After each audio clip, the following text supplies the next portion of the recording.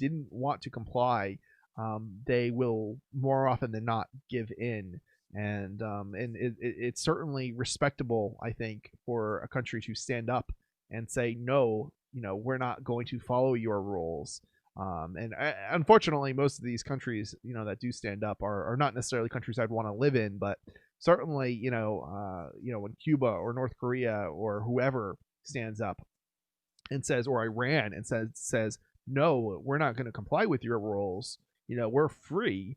At least maybe not the people, but as far as the country's politicians or leaders are concerned. You're 6 minutes away from a live episode of Free Talk Live. Listen live at freetalklive.com. Getting closer. I'm Lisa Lacera, Fox News. A spokesman for House Speaker Nancy Pelosi says a deal on COVID relief is closer to reality after another round of talks today with Treasury Secretary Steve Mnuchin. White House Chief of Staff Mark Meadows says the next day or two are crucial. Is Nancy Pelosi really going to tell the American people that I'm not going to send that relief to you just for political reasons? And I don't think our chances get better after election. Earlier today, a smaller measure put together by Senate Republicans was blocked by Democrats. The Centers for Disease Control and Prevention redefining what counts as close contact with someone who has COVID-19 to include shorter but repeated encounters. Now it's a total of 15 minutes or more. Shorter but repeated contacts that add up to 15 minutes over a 24-hour period now count as close contact. A day before the final presidential debate, both sides out campaigning. This hour, former President Obama campaigning for Joe Biden in Philly, while Senator Kamala Harris was in North Carolina. Hi, Asheville. How is everybody? Senator Kamala Harris made another stop in hotly contested North Carolina. Speaking at UNC Asheville, she outlined the differences between Joe Biden and President Trump on COVID, health care, and racial justice, and told those gathered, The outcome of this race will, in very many ways, be decided by you, North Carolina. It will be. And in that way, the choices and the decisions you are making will impact people around the country. Recent polling shows Biden with a slight lead in North Carolina, which President Trump won 4 years ago. Gernal Scott, Fox News. President Trump holds a rally in North Carolina later this evening. Fox News Democracy 2020 coverage of the final presidential debate tomorrow. Watch on the Fox News channel and listen on the Fox News app. America is listening to Fox News. For over 20 years, millions of customers have trusted Blinds.com to update their homes. Because Blinds.com makes it easy to get custom blinds that'll give your windows a high-end look without the high-end price. Whether you like to DIY, need design help, or prefer measure and install services, they do it all with easy online ordering and free shipping right to your door. If you're unsure, know that Blinds.com has over 30,000 five-star customer reviews, and they guarantee the perfect fit for your windows, whether you do it yourself or have them measure and install everything for you. Right now, shop Blinds.com's fall savings from home with easy online ordering and free shipping right to your door. See photos from real customers to get inspired and enjoy special savings on all top quality blinds, shades, interior shutters, and more. Plus, pay over 24 months at 0% APR on qualifying purchases with PayPal Credit Easy Payments. Ends January 31st, 2021. As of September 1st, 2020, new PayPal credit accounts have a variable purchase APR of 23.99% that will vary with the market based on the prime rate. Minimum interest charge is $2, subject to credit approval. Visit Blinds.com/PayPal. Other rules and restrictions may apply. A Maryland man charged with making death threats against the Democratic presidential ticket. James Dale Reed of Frederick, Maryland, 42 years old, left a letter on a neighbor's doorstep threatening violence against Democrats and writing that Grandpa Biden would be beaten and Kamala Harris would be sodomized before their execution. The neighbor has yard signs supporting the candidates. A Secret Service agent says Reed told him he was upset at the political situation when he wrote the letter. The agent notes Reed was already known to the Secret Service for a threat he made in 2014. The federal charge he faces, threats against a major candidate for president or vice president, carries a maximum sentence of 5 years in prison. Chris Foster, Fox News. The Trump administration is imposing new restrictions on 6 Chinese media organizations that operate in the U.S. Secretary of State Mike Pompeo says they're working on behalf of the Chinese government. The State Department designated 9 other China-based media companies in the U.S. as foreign missions earlier this year. The European Union and the U.K. have resumed Brexit talks. So, Shelby, let's start with you. You say that our bogs and marshes should actually be paved over. That's right. Absolutely, Brooke. These things are nothing but dead body dumping pits that make life easy for murderers. And it's disgusting to me that sickos like Mr. Popkin actually want to protect these things. All right, well, Mr. Popkin, how do you respond to this? Bogs and marshes are important ecosystems that should be protected. I mean, they're already being endangered. Whoa, excuse me. As long as these human landfills remain open for business, what we're essentially saying to the criminal element is, sure, do whatever you like, and throw the evidence here in this federally protected black hole. I testified before Senator Chuck Grassley, who wanted to lift federal protection on these lands, and what I told him is exactly what I'm going to tell you now. And where is Chuck Grassley right now, sir? Could it be that he's sitting at the bottom of a bog somewhere? Why else would you be so hot on these wetlands if you aren't a murderer yourself? This is the Onion News Network. The manatee is a solitary creature, drifting along in the warm, peaceful shallows. They are not usually held in a small glass enclosure with 3 other male manatees hell-bent on the violent, forced sex that I, for real, saw with my own eyes while alone one night at SeaWorld, San Diego. A distant relative of the elephant, the manatee has a prehensile upper lip which it uses to gather food. It also has a large penis. Classified as endangered, human boaters often cause serious wounds to manatees' flippers, rendering it difficult for this one poor little rescue manatee to escape a large male manatee intent on unwanted anal intercourse. One needed not to look in that little manatee victim's cold, soul-sapped eyes to know this was not the first time this had happened, nor would it be the last. This is the Onion News Network.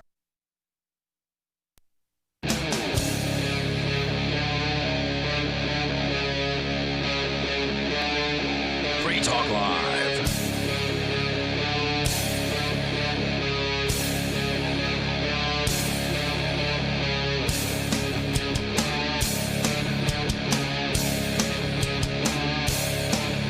It's Free Talk Live, talk radio that you control. You can call in and talk about anything that's on your mind. That toll-free number is 855-450-FREE, as in Free Talk Live. And with you in the studio tonight, it's Aria.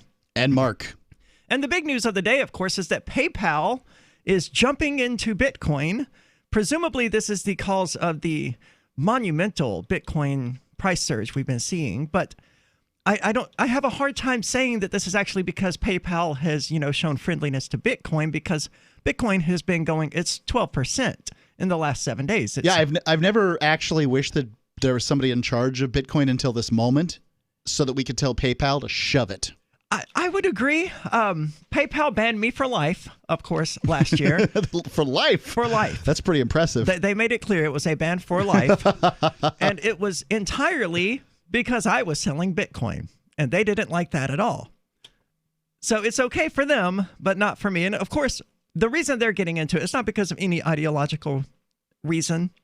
They haven't been persuaded about the advantages of Bitcoin, other than the fact that Square made so much money off of selling Bitcoin that it eclipsed the money they made off of everything else that Square does. So Square proved that Bitcoin is extremely profitable. Now PayPal's like, hey, you know what? We need in on this too. Of course, these rumors have been circulating about PayPal and Bitcoin for several months now, but they have actually finally come out and admitted, according to CNN, that PayPal is launching its own cryptocurrency service, allowing people to buy, hold, and sell digital currency on its site and applications. This is bad for business, for me. This is bad for my business. What's your business? Selling Bitcoin. Okay.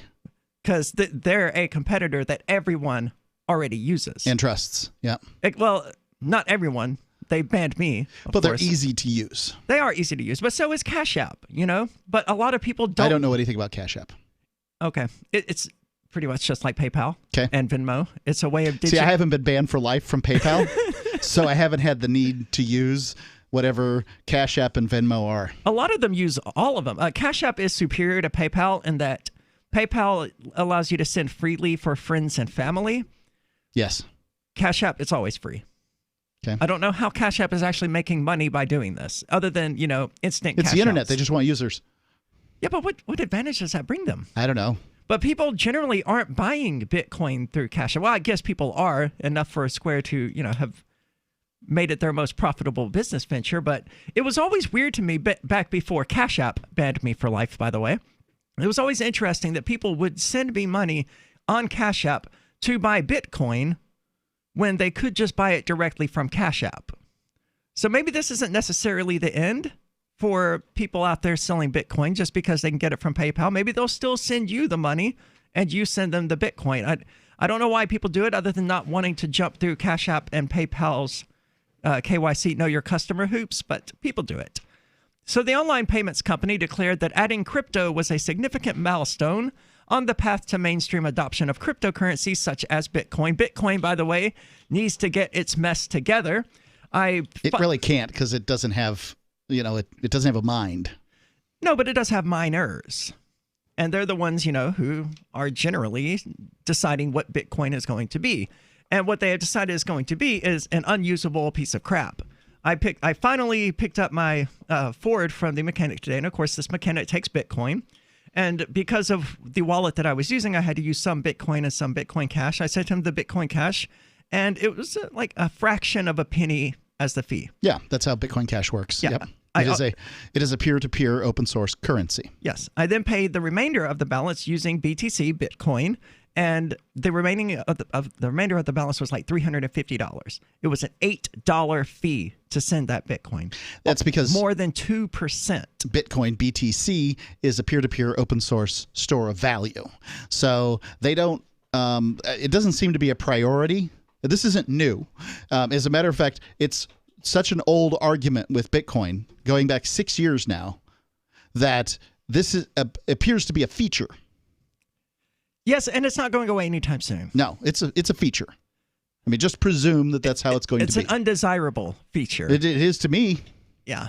But I try not to argue about how the world should be. I try to address it as it is. And as it is, BTC, Bitcoin, is a store of value. It's supposed to be hard and clunky to use because that means that you're more likely to store value in it. Yeah, which, decreases the amount of supply that is circulating, which only drives up the value of it for the miners, and who, of course, are making more Bitcoin. I don't understand. I cannot tell you why BTC is somehow more valuable than BCH, which is Bitcoin Cash that you're referring to. Bitcoin Cash has all the features of BTC and the feature of being able to send money cheaply. I have no idea. I am agog at this every time. It's just the name recognition, right? It's name recognition, and then every once in a while you'll find somebody on the BTC side of the whole argument that says something like, "Every other coin is flawed. There's programming problems. BTC is the only one that isn't flawed." Well, that's an absurd allegation. It is. But BTC maximalist, that's a Bitcoin maximalist, that's someone who rejects the validity of all other cryptocurrencies. They tend to say pretty crazy things. You have to say crazy things in order to maintain a monopoly, and that's what they're trying to do. So, well, they're never going to. Well, as long of course as Monero exists. They never wanted to compromise in the first place. That's how you get forks, True. So I want my wife to stay with me, and I want to be able to beat her. You can't do both. Mark, that is at least the third time tonight, as we've been discussing things largely throughout off the air, that you've mentioned spouse beating. Is everything okay? Everything's fine, thank you. I knew it was. I was just joking with you. The efficiency, speed, and resilience of cryptocurrencies give people financial inclusion and access advantages, said PayPal president and CEO Dan Schulman, who described the eventual shift from physical to digital currencies as inevitable. Also happening, most people... I very rarely even carry around cash because I can just swipe a card, which is just transferring digital currency from one account to another. When you add in cryptocurrency, I almost never use any actual physical hard currency other than gold. Gold is probably my most used physical currency. More than US dollars? Yeah, I almost never carry cash. So cryptocurrency is digital money, obviously, exchanged without fees. CNN doesn't know what they're talking about. No. Between two parties online with no involvement from traditional banks and no regulatory oversight by national governments. That part's at least true. I mean, they're trying to change that, but there absolutely are fees with sending cryptocurrency. Most of the time, those fees are trivial. But with Bitcoin, BTC, the fees are very, very, very high. Our global reach, digital payments expertise, two-sided network, and rigorous security and compliance controls provide us with the opportunity and the responsibility to help facilitate the understanding, redemption, and interoperability of these new instruments of exchange, Shulman said in a statement. That was a lot of words to not really say anything. Right. We're just trying to get in on the cryptocurrency train. Well, at this point, China has released its own digital currency. The United States has claimed that it's going to release its own. So, of course, PayPal realizes, and they've known this for some time. I mean, sure. PayPal is not ignorant of Bitcoin. Right. Quite the opposite. People have been they using... banned my account because idiots kept writing for Bitcoin in the memos, despite me telling them explicitly not to do that. Right. And basically, they just look... I mean, you're getting money through PayPal and then sending them Bitcoin, right? Yep. I mean, it's a very simple transaction, and they know what's going on, and they decided we don't want to do business with anybody who has anything to do with Bitcoin. Goodbye. And now they're like, yeah, we'll change our mind a little bit on that. Well, I don't know that they would. I don't know if they would unban me for life, or if they would, if I had never. Oh, no, they're not going to. Why would they? Right, or if I had never traded with them at all, and I was still selling Bitcoin through PayPal, I think they would probably still ban me because I'm a competitor. I'm a small competitor, but technically a competitor. Yeah. Why allow your competition to use your platform? PayPal says that the new service will give customers the ability to hold and exchange Bitcoin, Bitcoin Cash, Ethereum, and Litecoin cryptocurrencies using the company's digital wallet, which lets people shop online, request, and send money. What do you think? I think this is bad for cryptocurrency, but it may be good for adoption. 855-450-3733. News from news.bitcoin.com. $9 trillion, a third of the U.S. debt, has been created just since September 2019. The Bank of China's new digital currency has been used in more than 3 million transactions, worth more than $1 billion won. Still nothing from the U.S. Federal Reserve's digital currency. John McAfee indicted for tax evasion and SEC violations. Bitcoin.com is your source for getting started with cryptocurrencies, getting a wallet, buying Bitcoin Cash, mining, and all the latest cryptocurrency news at news.bitcoin.com. Do you want more businesses accepting Bitcoin Cash and Dash? Now with AnyPay, you earn passive income for every purchase at those businesses. Finally, a financial incentive to spread Bitcoin Cash and Dash. You made it happen, so you get the rewards. Download the AnyPay Cash Register app and add your cryptocurrency wallet addresses. Then install it at a real-life business and tell us what you did at anypayinc.com. anypayinc.com. Join liberty-minded voluntarists, anarchists, and libertarians from June 28th through July 4th for ForkFest 2021 at Rogers Campground in the beautiful White Mountains of New Hampshire. ForkFest happens the week after the Porcupine Freedom Festival, and ForkFest is decentralized, which means no one is in charge. That also means there's no ticket cost. Just reserve your camping, RV site, or motel room with Rogers Campground for June 28th through July 4th. Where better to celebrate Independence Day than around other freedom-loving activists in the Shire? You can relax and enjoy the camaraderie of like-minded people, or you can create whatever experience or event you'd like others to have. If you're planning an event for ForkFest, be sure to let others know in advance. You can connect with fellow ForkFesters via the unofficial Telegram chat or the ForkFest forum. Links to those are on the unofficial website, forkfest.party. Mark your calendar for June 28th through July 4th, 2021. We'll see you at forkfest.party. Phone records, financial and location data, Prism, Tempora, Xkeyscore, Boundless Informant. Hey, y'all, Scott Horton here for offnow.org. Now, here's the deal. Due to the Snowden revelations, we have a great opportunity for a short period of time to get some real rollback of the national surveillance state. Now, they're already trying to tire us by introducing fake reforms in the Congress. And the courts, they betrayed their sworn oaths to the Constitution and Bill of Rights again and again, and can in no way be trusted to stop the abuses for us. We've got to do it ourselves. How? We nullify it at the state level. It's still not easy, but the Off Now project of the 10th Amendment Center has gotten off to a great start. I mean it. There's real reason to be optimistic here. They've gotten their model legislation introduced all over the place, in state after state. I've lost count, more than a dozen. You're always wondering, yeah, but what can we do? Here's something important, something that can work if we do the work. Get started cutting off the NSA support in your state. Go to offnow.org. Some of you asked, and now we've delivered. LRN.FM's live Keene, New Hampshire studio shows are now streamed in HD on Twitch. Visit our channel at twitch.lrn.fm and give it a follow. If you have Amazon Prime, you get 1 free subscription on Twitch. If you use it on our channel, Twitch will give LRN.FM a monthly piece of your Prime subscription cost. So please watch, follow, share, and subscribe to twitch.lrn.fm. That's twitch.lrn.fm.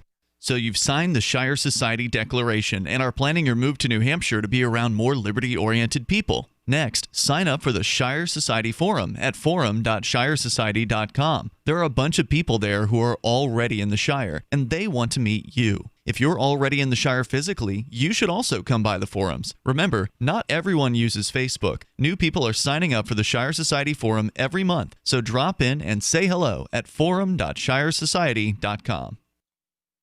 Now you can follow LRN.FM on the decentralized Mastodon social media platform at toot.lrn.fm, toot.lrn.fm.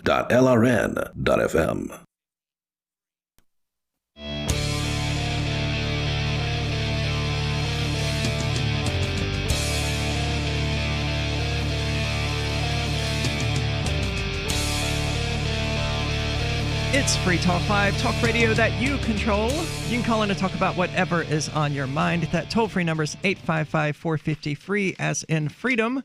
With you in the studio, it's Aria and Mark. And we're talking about Bitcoin. And if you want to know what that is, then head on over to Bitcoin.com. They have everything you need to know there about Bitcoin. If you're already aware of Bitcoin and you want to keep up with the latest news, they also have a news site that you can find at news.bitcoin.com. And if we sold you on Bitcoin Cash and you want to get involved with it, then check out local.bitcoin.com. It's a trading platform where you can buy Bitcoin Cash or sell Bitcoin Cash using dozens of payment methods like PayPal, although obviously they're going to ban you for that one if they figure it out. Venmo, also going to ban you. Bank deposit, remittances, or meeting in person with cash. I stopped saying also going to ban you because that's true of literally every payment method listed except meeting in person with cash. But Bitcoin.com can't do anything about that. There are no ID requirements to sign up for and use the site, and all communications between buyers and sellers are encrypted, which means it's also a global trading platform that actually respects your privacy. Check out local.bitcoin.com to buy or sell Bitcoin Cash. Again, local.bitcoin.com. So PayPal, despite, being one of the aforementioned companies that will absolutely shut you down and ban you for life if they catch you selling Bitcoin, they're now getting involved with cryptocurrency. And what I realize, and this is kind of an obvious statement, but if they're going to sell Bitcoin to people, it means that PayPal has Bitcoin, or they've at least worked out the inroads to be able to buy Bitcoin themselves. Where is PayPal going to get its Bitcoin? I'll sell them some. Many of these bigger companies, I mean, we've seen public companies going into Bitcoin over the course of the last several months. And I talk about it on the Bitcoin.com, the news.bitcoin.com spots that I do during the break. If you don't get those, then, well, you need to find a system for listening to the show that has the ads. But I've been talking about it. I don't listen to those. I've been talking about it for a long time that, hey, look, at some point or another, this is going to break. And it looks like it's breaking now. Bitcoin adoption, according to something Ian sourced last night, it's only at like 7% in the United States right now. So only 7% of people even have Bitcoin in the United States. We're far from the threshold where it's mainstream. We're not at 15%. I think that's where it starts to become. We're still in the early influencers period of this technology. So there's going to be 21 million Bitcoins when Bitcoin's done. There's about currently, maybe a little less now, but there's about 21 million millionaires in the world. Yeah. And one would presume, this is just a guess, if Bitcoin continues to progress forward as an idea and as a holding, then there's going to come a time when every millionaire in the world wants to have a Bitcoin. Yep. Now, what would be the value of a Bitcoin when every millionaire has one? I don't know the answer to that. I can't tell you how much it would be worth. It's going to be pretty high. But it's going to be high. And which is sort of the point that I was getting at. With just 7% of demand in the United States and considerably less in other parts of the world, I don't know what worldwide adoption of Bitcoin is, but if 7% of people in the world can demand this technology and in so doing drive the price up to $13,000, what will happen when 100% of the population has that same demand? Right. Well, I would say this is what's likely to happen is that people will want to use the technology for what it was designed for, which is a currency as opposed to a store of value, as they're calling a BTC. So I think personally, this is my opinion, that you will see Bitcoin BTC rise, and then it will come to a point where it just sort of stalls out. But every time Bitcoin goes up, the alts go up more quickly.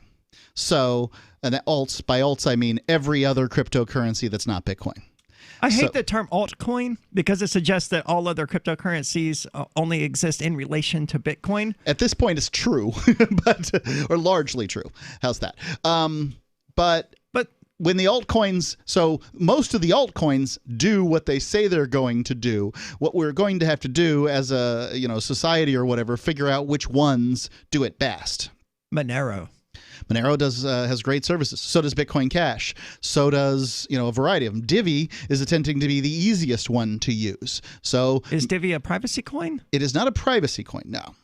Okay. I want a privacy coin to win in the long run. Something like Hush or Monero or Zcash. Yep, Zencash we talked about here on the air too. I hope hope they all do well, because same. By God, I'm invested in them. But I don't want any of them to ultimately win and be the only cryptocurrency, because that's bad for cryptocurrency. I don't think you'll see that. No, I don't either. I think we'll what always you'll have competition, and that's good. Likely is an atomic swap situation, where and what that means is that somebody will be able to send cryptocurrency, and then somebody receives. So say I can send you Bitcoin Cash. Mm-hmm. But you want to receive Monero, and some program just gets in there and figures out how to send you the Monero from my Bitcoin Cash. I send an automatic shapeshift. Yeah, hey, you have $50 incoming in Bitcoin Cash. Would you like us to convert that into?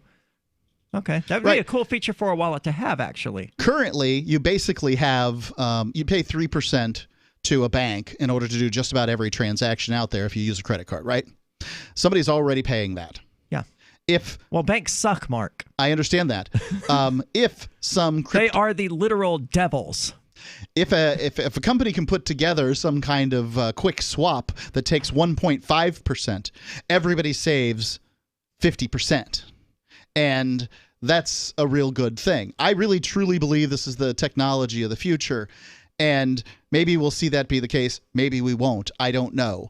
But so far, I'm not wrong.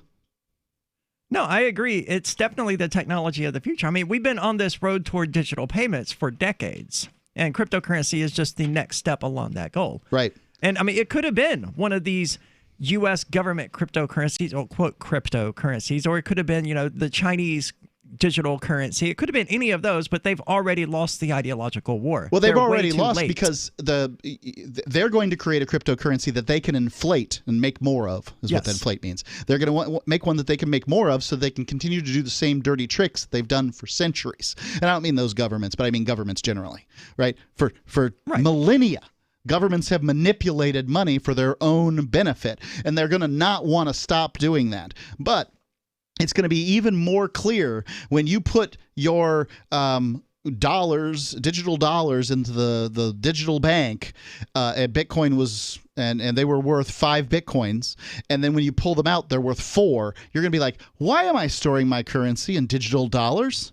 And once people aren't storing their currency, their value in USDs or yuan or whatever, then it's going to be not, and you're using a technology to store it that can be used for transactions. Yeah. People are going to stop that extra step of using government currencies. And that would be Satoshi Nakamoto's goal all along, was to simply take out of the hands of the state the ability to create money, to rob you of your value. He was also no fan of the banks themselves. Right. Or the government killing machines. Yeah. Just creating money in order to fight wars over and over again. And Bitcoin is by far the best way to defund the war machine for those out there who actively want to make a change in their lives to stop dropping bombs on people. Check out Bitcoin.com to learn more about all of this. Again, Bitcoin.com, 855-450-3733. From New York Times and Wall Street Journal bestselling author Larry Correia comes the latest chapter in the epic military fantasy saga of The Forgotten Warrior, when the Grand Inquisitor perverts the law in his genocidal plot to kill every man, woman, and child in the untouchable cast. Only the traitor, Ashok Vadal, and the Sons of the Black Sword stand in his way. If it's war he wants, it is war he will get. Bain Books presents Destroyer of Worlds. Available September 1st, wherever books are sold. Visit MonsterHunterNation.com for more. Divvy's been a pretty good investment for Free Talk Live. Their ad campaign started in September 2019, and from mid-March to mid-July, the values soared by 10 times. It's not too late. Divvy's new wallet hasn't even released yet, and other things are happening that I can't even say on the radio. If you want to invest and potentially do well, go to DivvyProject.org. I can tell you that FTL is deepening its partnership with the guys from DivvyProject.org. Past performance is not an indication of future profit. DivvyProject.org. DIVI Project.org. Why did you move to the Shire? I moved here to the Shire because there's other people around who take liberty just as seriously as I do. I moved to the Shire because I saw videos of people challenging authority and thought that I could get support myself. It called to me, like, do this, right now. I wanted to be around people like me who got it, and once I got here, I knew there was nowhere else that I wanted to be. I've always wanted to change the world, so I moved to the Shire to join people who were actually working towards doing the same thing. The people here are awesome, loving, and positive. It was for the adventure and for the feeling of something important is happening here, and I just wanted to come to sort of be part of that. Visit ShireSociety.com to read and sign the Shire Society Declaration and learn the reasons why, if you love liberty, you should immigrate to the Shire. Plus, connect with others via the forum at ShireSociety.com. That's ShireSociety.com. The new 4th edition of Healing Our World, The Compassion of Libertarianism will take your understanding of liberty to a deeper level and has over 1,300 updated references, new cartoons, and a foreword by Dr. Ron Paul. With discounts for multiple book purchases, the 4th edition of Healing Our World is a great gift for the liberals, pragmatists, environmentalists, and Christians in your life who think libertarianism is cold-hearted. Get yours today at healing.freetalklive.com and use promo code FTL for a $5 discount. So you've heard all 3 hours of the latest episode of Free Talk Live, and you're still hungry for liberty-oriented audio content? Did you know that we have another 24/7 audio stream at LRN.FM? The Liberty Radio Network airs the latest episodes of some of the best liberty-oriented podcasts on the internet around the clock. In addition to recorded content, you'll also hear live shows like Free Talk Live, originating from our Keene, New Hampshire studio. So listen anytime at LRN.FM. That's LRN.FM. LRN.FM's free-to-air satellite feeds blanket most of 2 continents. It was my goal to put our channel there so people without internet could receive our programs and feed pirate radio stations. As our contract with our satellite provider is coming up for another 3-year renewal, I have to consider calling it quits. It's rare that we get feedback or support from our satellite users. We started a fundraiser a few years ago, and though there are a bunch of great contributors to it, as of this recording, it covers 15% of our monthly satellite costs. Please email lrn@lrn.fm and tell me how you use the satellite feed. Better yet, chip in at fund.lrn.fm. The costs aren't the issue. We can afford them, but why continue something not valued by the market? Want to help? You can join our satellite fundraiser for just $2 a month at fund.lrn.fm. If we raise enough to keep both channels on the air, awesome. If we raise more, I'll add more channels. If not, we can shut them down and go internet only. It's up to you. Thank you for your support. Fund.lrn.fm. This is the Liberty Radio Network, broadcasting the latest liberty-oriented audio content 24 hours a day at LRN.fm.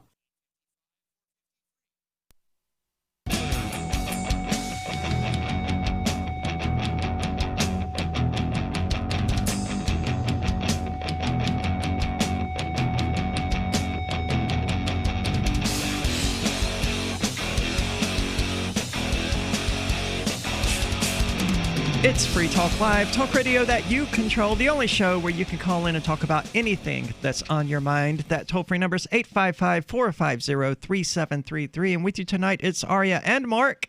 And evidently, I assume most people out there have seen Borat. I've seen it, but I was really young when I saw it, and I don't remember much about it. The only scene I remember was Borat saying at the rodeo that he wanted George W. Bush to drink blood from the skulls of the women and children, and everyone there cheering like they didn't actually hear the horrific thing that he had just said. Well, at some point or another in that movie, the audience began to turn on Borat. Like he's like, kill them down to the lizards, right? Like so Borat is this character from some fictitious place that sounds like Tajikistan, right? Like, you know, like, because you got to admit, ladies and gentlemen, there's several places in the Middle East area that you don't know that in the name Stan, right? I can tell you that's true for me. Sure. And he just sort of made up a word that ends in Tajikistan or something like that, and people take his word for it that he's some kind of, you know, important wahoo from this country, from that particular country. And so he ended up, in this case, at a rodeo, and they, for some reason, gave him a microphone.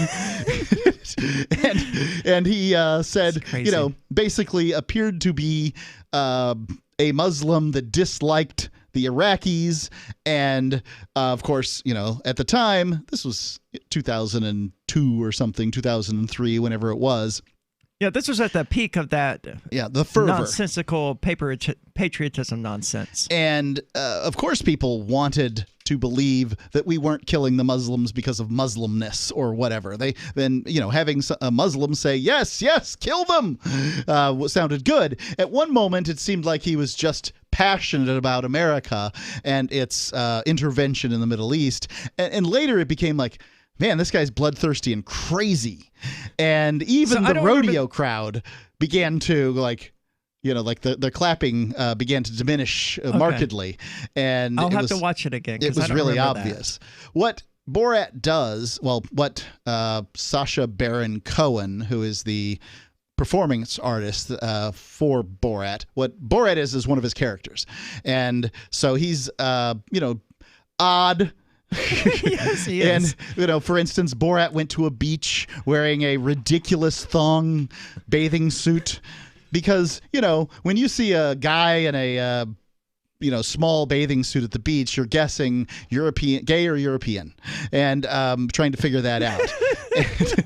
and so why are those the choices, gay or European? I don't know why they're the choices. Ask the gay and the European guys.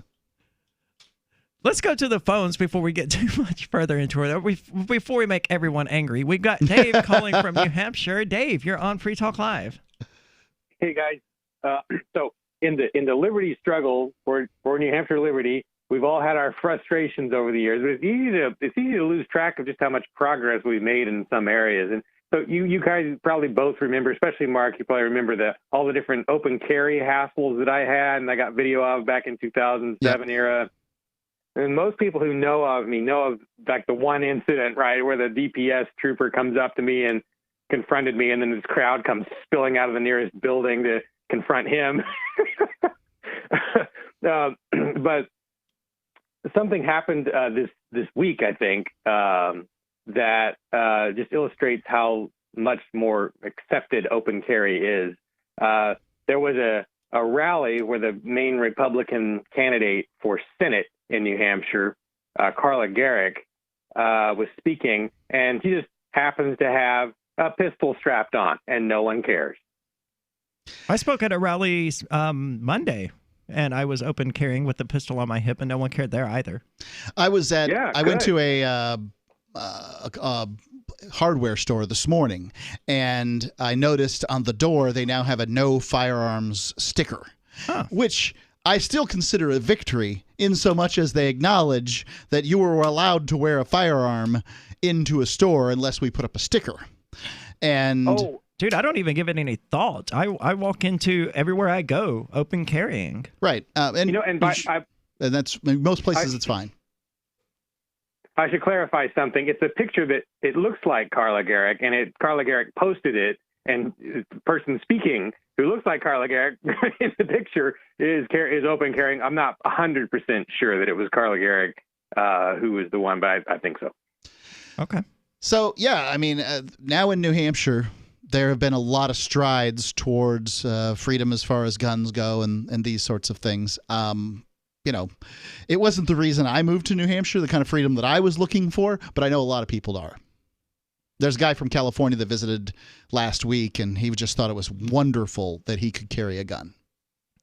Awesome. Well, you know, it's one of those freedoms that you don't. I mean, I didn't care anything about it much in 1996, but once I got my first concealed carry license back when I lived in Texas, and I started carrying a little bit, and I started really missing being able to carry in all the places that I couldn't, right? And today, when I have to leave New Hampshire, it feels really like being naked. Yeah. It's such a decentralized peacemaking device to be able to carry, Agreed entirely. Dave, thank you so much for the call. Of course, I'm from a state that has constitutional carry anyway. So, I mean, Mississippi? Uh-huh. When did that happen? When I was still in college. Okay. I think. I don't remember how old I was, but I think I was still in college. I mean, it was a fairly long time ago. But even before that, I mean, the culture of Mississippi had people driving around, just with loaded shotguns in their truck all the time. No one ever gave any thought about it because literally everyone in Mississippi has a gun or several. So the same culture kind of exists here in New Hampshire, in fact, and that was surprising to me because New Hampshire doesn't have the Christian conservatism like Mississippi has, but they still have the conservatism. What amazes me is just how illegal guns are in Massachusetts, just across the state line, and how legal they are in New Hampshire, and how legal they were in Vermont. Things have changed a little bit in Vermont. The Bernie Bros managed to get a little more parlance there. So if I go to Massachusetts, am I even allowed to take my gun, even if I just leave it in my car or something? No. Well, I don't go to Massachusetts. I understand. I'm just trying to make it abundantly clear to anybody who travels through Massachusetts. I mean, you can get in trouble for firearm rounds in Massachusetts. What if I'm just traveling through the states? I understand what you're Because there's no way to get No. out of New Hampshire and to the rest of the country without going through either New York or Massachusetts or There's no both. way to go to the rest of the country without going through New York, period. New York is better than Massachusetts on these issues, as I have heard. But I would warn you. New York is better? Yes. That's horrifying. Right. It's in a state and a word sentence almost never uttered. New York is better on guns than Massachusetts. Yes. Which is like 5 minutes to the south of here. I know a guy from Connecticut who claimed, I don't know if I believe this statement, that he drove around Massachusetts to get to New Hampshire in order to come to the Porcupine Freedom Festival when he came. That's insane. So getting back to Borat, Rudy Giuliani is evidently in the film, and he is caught on camera attempting to seduce Borat's 15-year-old daughter in the new movie. Coming to us from consequenceofsound.net, did Sacha Baron Cohen just save democracy? At the very least, he embarrassed Donald Trump's personal attorney, Rudy Giuliani. Now, it's important to note, I want to say this right off the bat, that the 15-year-old daughter is not actually 15 years old. She's a 24-year-old actress who was playing a 15-year-old child. I haven't seen the film. I don't even think it's been released yet. So I can't say whether she actually looks like a 15-year-old or not. October surprise, then. What? So much for an October surprise, then. I don't understand. October surprise is a thing that happens in October that changes the election outcome. It's still Joe Biden's son at this point. Well, it may be this. No. I don't know. You don't think so? No. Well, we're going to get into the story on what happened here in just a moment. 855-450-3733. One more time, that's 855-450-FREE, as in Free Talk Live. What if you could cut your heating bills this winter with your existing wood-burning fireplace and not spend thousands doing it? You can with Great Wall of Fire fireplace grates. Our U.S.-branded, made-in-America Wall of Fire grates increase fireplace efficiency, eliminate fireplace smoke problems, and come with a 30-day money-back guarantee. See our grates in action and get free shipping from walloffire.com or call 800-274-7364. Fireplace heat without fireplace smoke. walloffire.com. Are you ready for what's next? It's likely coming. More food shortages, power outages, grocery stores closed, social unrest. Ask yourself, do you have enough food and supplies on hand to last at least 30 days? Most Americans do not, but you can. Avoid the panic of the last-minute rush. Order your 4-week supply of emergency food today from mypatriotsupply.com. Starvation or dependency on the government are your only alternatives. Avoid those and the pain of being unprepared. Go to mypatriotsupply.com right now. Build your emergency food supply with meals that last up to 25 years in storage, shipped discreetly to your door. Folks that know what's coming are using today to prepare. There's time for you to do the same. That's mypatriotsupply.com, the original Patriot Preparedness Company. mypatriotsupply.com. Are you afraid to go to the mailbox because of letter after letter from the IRS? Are they stacking on more and more penalties and interest? By now, you know the problem won't go away on its own. Don't let the IRS chase you to your grave with penalties and interest and liens and levies. You need real help now. I'm Dan Pilla. I wrote the book on tax debt settlement, and I help thousands of people solve tax problems they thought couldn't be solved. I can help you too. Call 800-34-NO-TAX or go to my website, danpilla.com. That's danpilla.com. danpilla.com.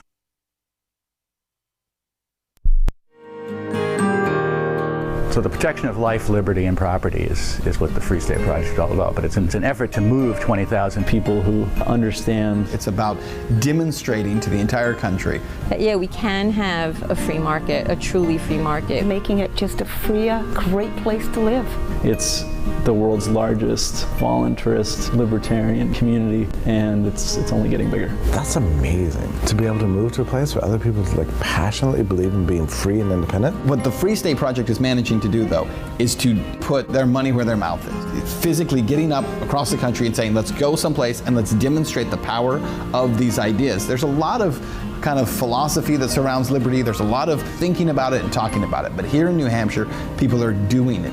101 Reasons Liberty Lives in New Hampshire, a documentary by Free State Project Early Movers. Watch it free at 101reasonsfilm.com. 101reasonsfilm.com. If you want to know the latest about Free Talk Live before we go on the air, all you need to decide is how you want it delivered. It's your choice. Visit news.freetalklive.com to receive our usually weekly news updates by email. Plus, we have a Twitter account at twitter.freetalklive.com, and you can follow us on the decentralized Mastodon platform at toot.freetalklive.com. So please follow us at toot.freetalklive.com and sign up for our emails at news.freetalklive.com. Cell 411 is a free app for Android and iOS that replaces government-controlled 911. Cell 411 allows you to preset a group of friends or private organizations to show up at any emergency. Cell 411 is a nightmare for the state because it proves their so-called services aren't needed. Cell 411 has had thousands of installs, and of course it's covered by the BIPCOT no government license. Cell 411 because your friends won't shoot you when you're in trouble. Without the government, who would build the emergency services? You and Cell 411. Get it today at getcell411.com. You can sign up to receive the latest about the Liberty Radio Network via our email updates at updates.lrn.fm. That's updates.lrn.fm.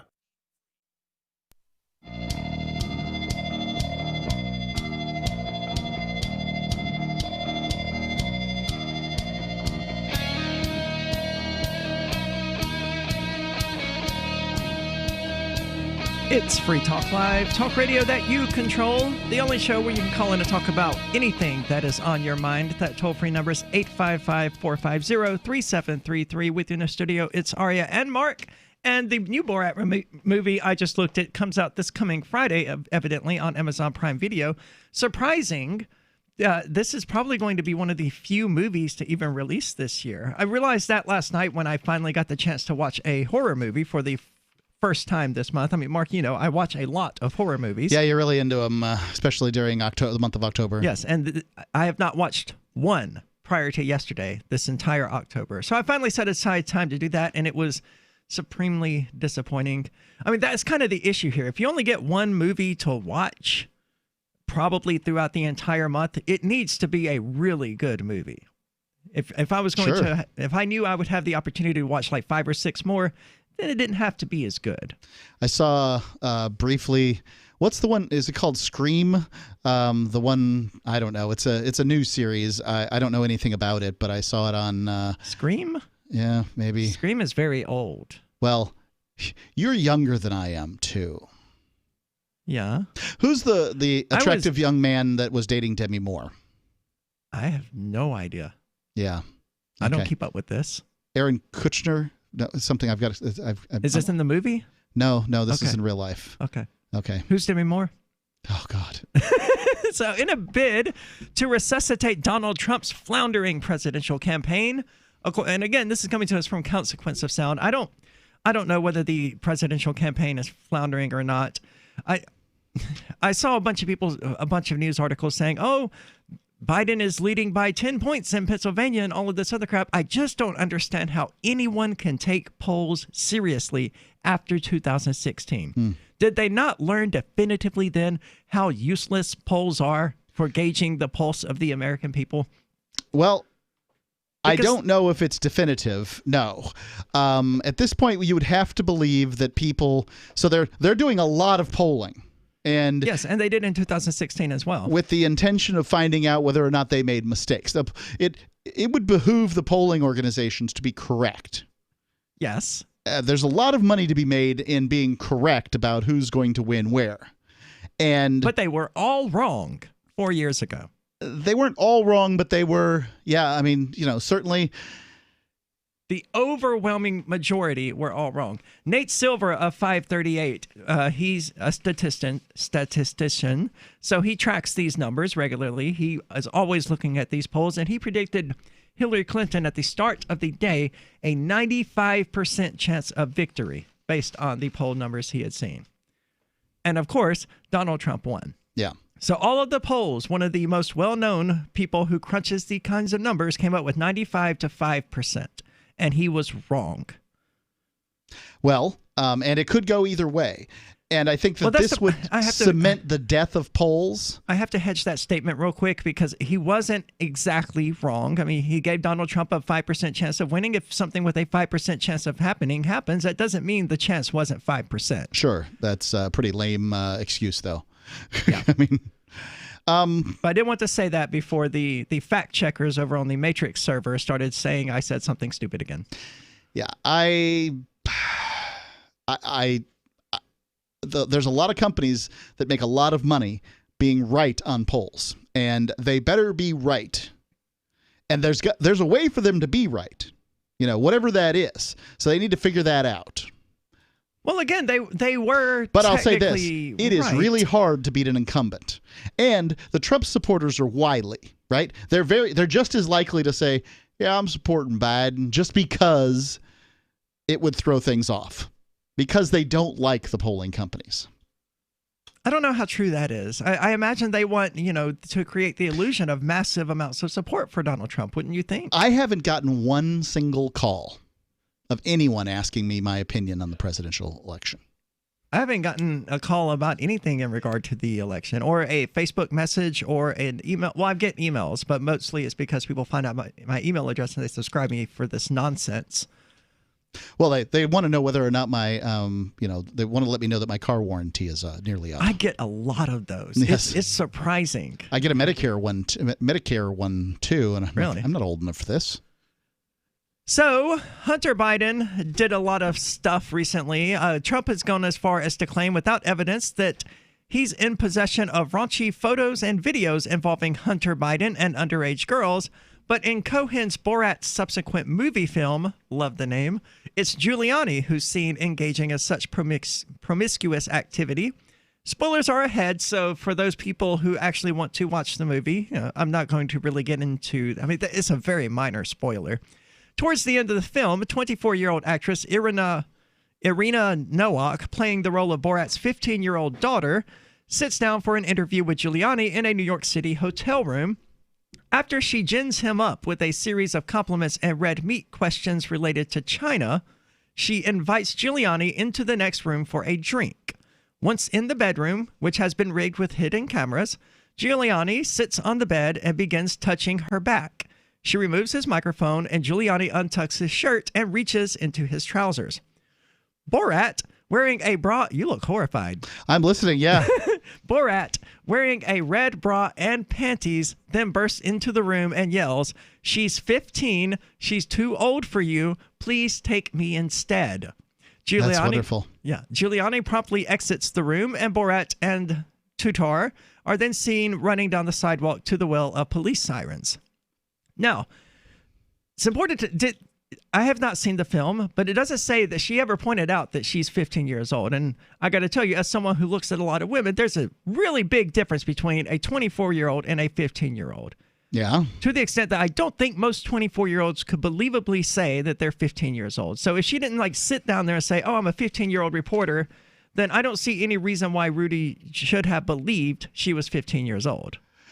I don't, of course, know anything. I'm curious as to whether or not he's married to Judith Giuliani. It looks like from 2003 to 2019. Perhaps this is why. Yeah, it looks like it would appear as though he is no longer married. Now, I don't know when this took place, but, Well, presumably last year it was being recorded. That's what I would presume. I couldn't tell you when he divorced Judith Giuliani here, but according to the interwebs, he was married to her until 2019. Well, maybe he was poly. As Giuliani tells it, he was simply tucking in his shirt after removing his microphone. He also claims that the clip is doctored and is a hit job in response to his investigation into Hunter Biden. I'm not going to quote Giuliani here because it's stupid. In the scene, which has been seen by consequence of sound, Giuliani can be heard telling Tutar to come here as they enter the bedroom. He then sits on the bed and asks for her phone number and address and begins touching her back. At this point, she untucks Giuliani's shirt and removes his microphone. Giuliani responds by laying on his back. He then puts his hands down his pants for several seconds. At no point does this scene cut in such a way to suggest it is edited or doctored. Yeah, I mean, it sounds... I just don't have enough facts, all right? Sure. And I mean, if Borat loves the salacious stuff, and he's excellent at it. Yeah. I need to know whether or not, in order to be stunned and appalled or whatever, I need to know, A, was Giuliani informed that he was being interviewed by a 15-year-old? Right, and that's unknown. Who was then going to make him a drink as she untucked his shirt? Or, and also, was Giuliani married at the time? Because... maybe he had an open marriage. That's I know not my business. That would be part of the question. Was Sure. he married? Okay. Did he betray the trust of his spouse? Is a valid question. Right. I want to know that because for whatever reason that's important to me in these circumstances. At the very least, I think it should be known that these politicians are what they are. Sure. And which in this case, he sounds like a relatively normal guy who is newly single, hoping to get some attention from a foreign reporter. Who was 24 years old, but playing a 15-year-old. Right. And it's unclear whether or not he was aware of that. Right. I don't know that. I mean, the article isn't clear on that. The movie's not out, and it doesn't sound like it's going to be out in time for it to matter. And would that change your vote for Donald Trump if Rudy Giuliani, was found in this situation? I don't know. I don't either. I just found it to be interesting, and I'm looking forward to the new movie, so I wanted to talk about it, but that's pretty much the extent of it. Borat Cohen came running in wearing a crazy, what I would say was a pink transgender outfit, says Giuliani. That's got to be a funny scene, though. Oh, he's certainly a great comedian. 855-450-3733. Again, that's 855-450-FREE, as in Free Talk Live. Call in and talk about anything that's on your mind. From New York Times and Wall Street Journal bestselling author Larry Correia comes the latest chapter in the epic military fantasy saga of The Forgotten Warrior. When the Grand Inquisitor perverts the law in his genocidal plot to kill every man, woman, and child in the untouchable cast, only the traitor Ashok Vadal and the Sons of the Black Sword stand in his way. If it's war he wants, it is war he will get. Bain Books presents Destroyer of Worlds. Available September 1st, wherever books are sold. Visit MonsterHunterNation.com for more. Divi's been a pretty good investment for Free Talk Live. Their ad campaign started in September 2019, and from mid-March to mid-July, the values soared by 10 times. It's not too late. Divi's new wallet hasn't even released yet, and other things are happening that I can't even say on the radio. If you want to invest and potentially do well, go to diviproject.org. I can tell you that FTL is deepening its partnership with the guys from diviproject.org. Past performance is not an indication of future profit. diviproject.org. DIVI project.org. Are you a cryptocurrency advocate? The Crypto Tip is the ideal outreach tool to help new people discover cryptocurrency. It's a printable business card-sized tip that you can give to service providers, preferably in addition to a good cash tip. When the server scans the QR code, it'll bring up an explanation of cryptocurrency, how to install a wallet, and allow them to claim the tip. If they don't claim the crypto, you get your tip refunded to you after a time period you specify. Plus, if they do claim the tip, you get an email alert. Create as many tips as you want at cryptotip.org. That's cryptotip.org. The LRN.FM social media channels have been revamped. We've eliminated Facebook and focused on other platforms like Twitter and Mastodon, the decentralized alternative to Twitter. On our accounts, you'll find posts from multiple LRN.FM show hosts together in one place. Follow us on Twitter at twitter.lrn.fm, or better yet, move to the decentralized Mastodon social media platform at toot.lrn.fm, toot.lrn.fm. I think you'll like it. You're listening to the live edition of Free Talk Live. Hour number 2 is next after the news here on the Liberty Radio Network at LRN.FM. Rallying support. I'm Lisa Lacera, Fox News. Both President Trump and the Biden campaign out in force the day before the final presidential debate, with the president holding a rally this hour in Charlotte, North Carolina. Before he left, he expressed optimism about his chances on Election Day. We're doing very well in the polls. I guess you noticed it's going up rapidly. Joe Biden's old boss, former President Obama, holding a drive-in rally in Philadelphia. You guys delivered for me twice, and I am back here tonight to ask you to deliver the White House for Joe Biden and Kamala Harris. And Obama urged people to not wait until November 3rd, saying they can take part in in-person early voting or vote via mail-in ballot. A new Fox poll looks at the presidential race in some key states. The latest Fox News poll shows the president ahead of the Democratic nominee Joe Biden by 3 points in Ohio, but trailing Biden in the swing states of Pennsylvania, Michigan, and Wisconsin. In Pennsylvania, Biden leads by 5 points, 50 to 45%. In Wisconsin, he also leads by 5 points. All of those results are within the margin of error, but not Michigan's results, where voters favor Biden by 12 points, 52% to 40%. In all 4 states, voters under the age of 35 and women, especially suburban women, favor Biden by wide margins, with wider margins of Trump supporters who are rural and white men without college degrees. Jessica Rosenthal, Fox News. Democrats on the Senate Judiciary Committee say they will boycott tomorrow's scheduled vote to advance the nomination of Judge Amy Coney Barrett to the Supreme Court. Democrats say any nomination to the High Court should wait until after the election. A state archaeologist in Oklahoma says at least 10 bodies have been found in an unmarked mass grave at a Tulsa cemetery where they're searching for the remains of the victims of the 1921 race massacre. America is listening to Fox News.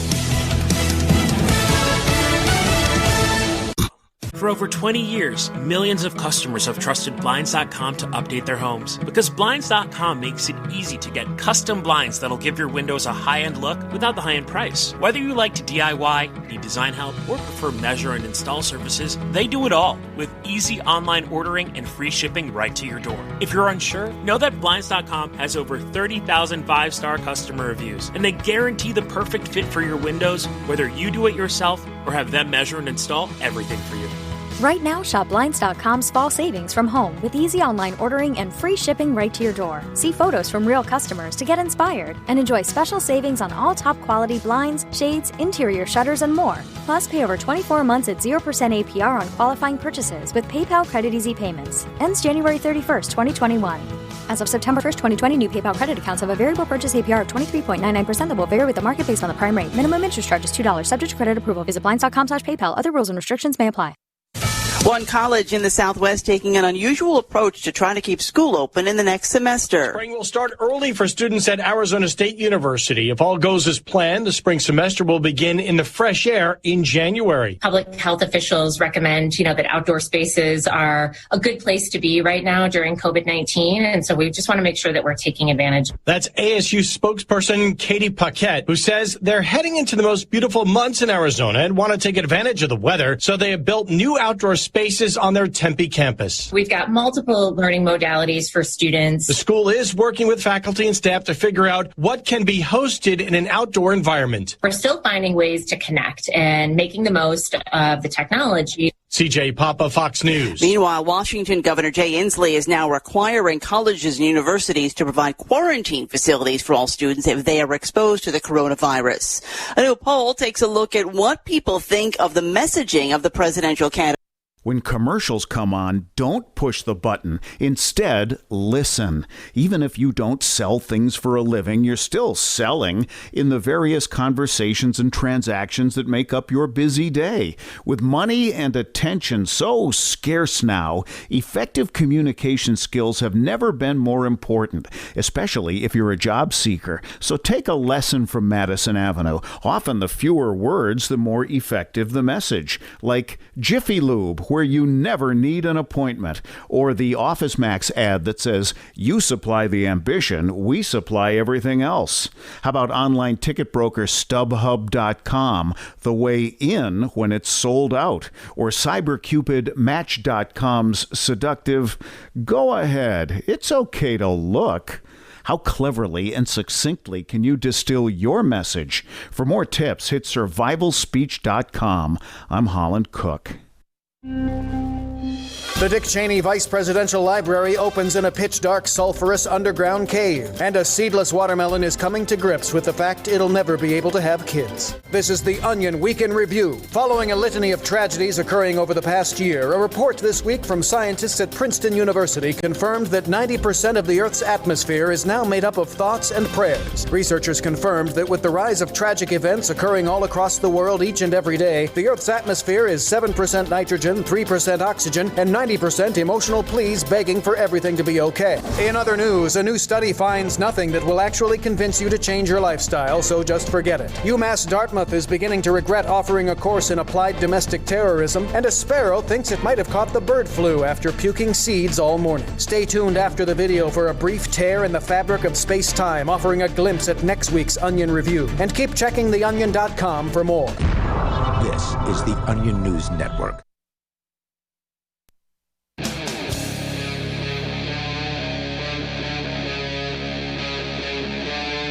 Free Talk Live.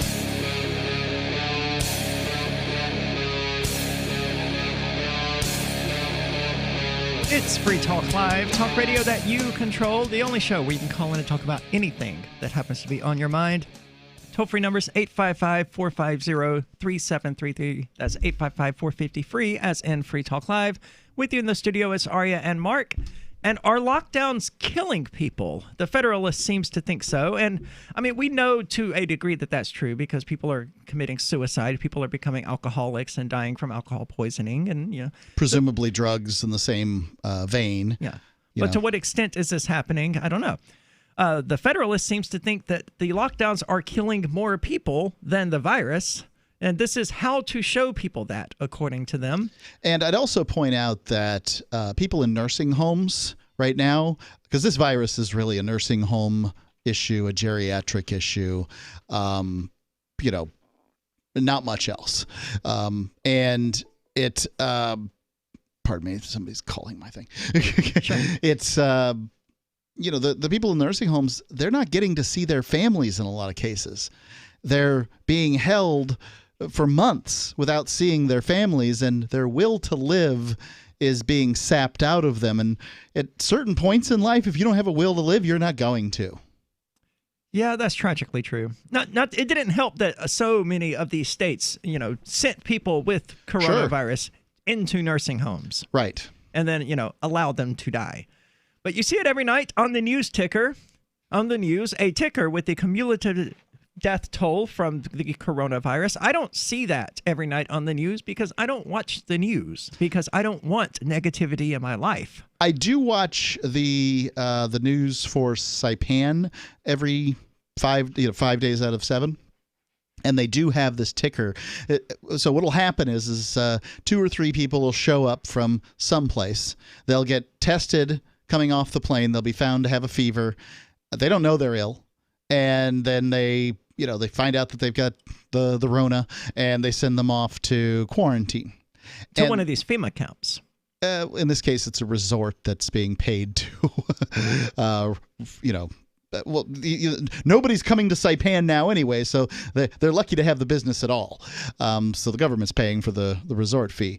And they, go off there until they feel better or whatever the case is. So there's been like 70-something cases, but the vast majority of them are people who are coming in on an airplane and have been caught, as opposed to people who have somehow managed to get past the phalanx of bureaucrats. Yet you don't see the other side of the equation, the number of deaths resulting from the lockdowns imposed ostensibly to fight the coronavirus. No, this is truly the unseen.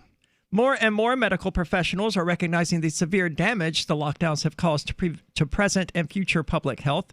A worldwide collection of medical and public health experts has just issued a declaration stating that current, quote, lockdown policies are producing devastating effects on short and long-term public health. My biggest concern with the public health in this regard is the mental health.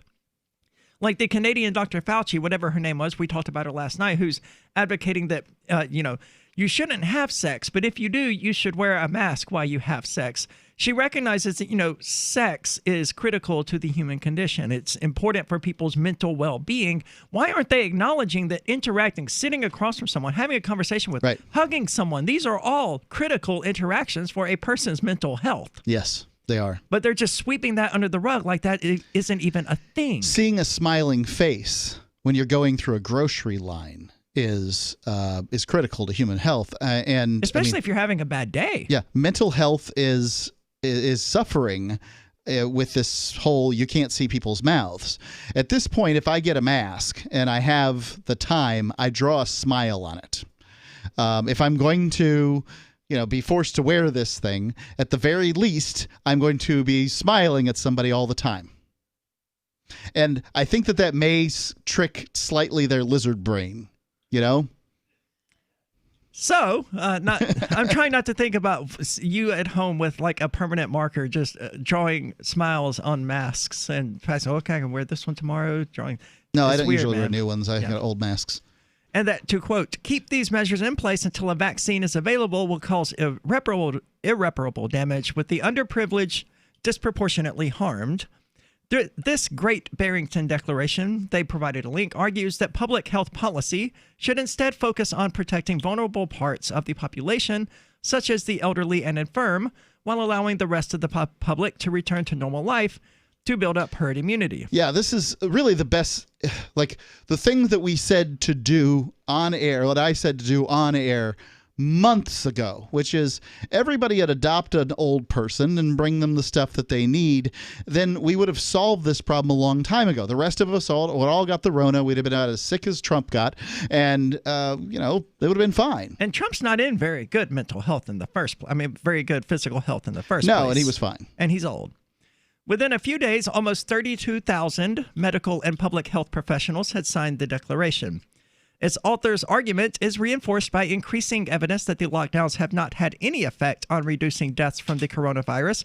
Well, it wasn't really supposed to. It was supposed to delay the deaths, not really reduce the number of them. It was going to reduce the number. If you flatten the curve, then you've reduced the number. No, you just drawn the curve out along a longer period of time. No, I don't think that's what their goal was. Their goal was to get more time to be able to handle it, and apparently they can. At this point, I can't say conclusively that we know how to deal with the Rona, but deaths are down, and they're way down. Are they still down? Yeah. So if I've got my little chart here, as you can imagine. I was hoping you did. And if you consider, is it about viral loads though? Yeah, viral load is an issue. Basically, every week in the United States, between 50 and 60,000 people died. This was long before the Rona or whatever. between 50 and 60,000 people die every week in the United States, and there's nothing unusual about that. And between that, and by that you mean 50,000 and 60,000. Yeah. Just to clarify, yeah. If you consider the bad weeks during the coronavirus to be over 60,000, then we were done with the Rona in August. We had we had a peak and a dead cat bounce. And at this point, basically, things are clearly returning to normal. If you consider between 50 and 60,000 to be normal, like I do, then they are back at normal. Interesting. And this may also be increasing the number of coronavirus deaths by delaying the point at which people have built up an immune response to slow its spread. Even the World Health Organization is now admitting that lockdowns are rarely an effective response to the pandemic. And again, they are providing links to all of this, but I'm not clicking through. This critical information does not seem to have permeated the larger public, however.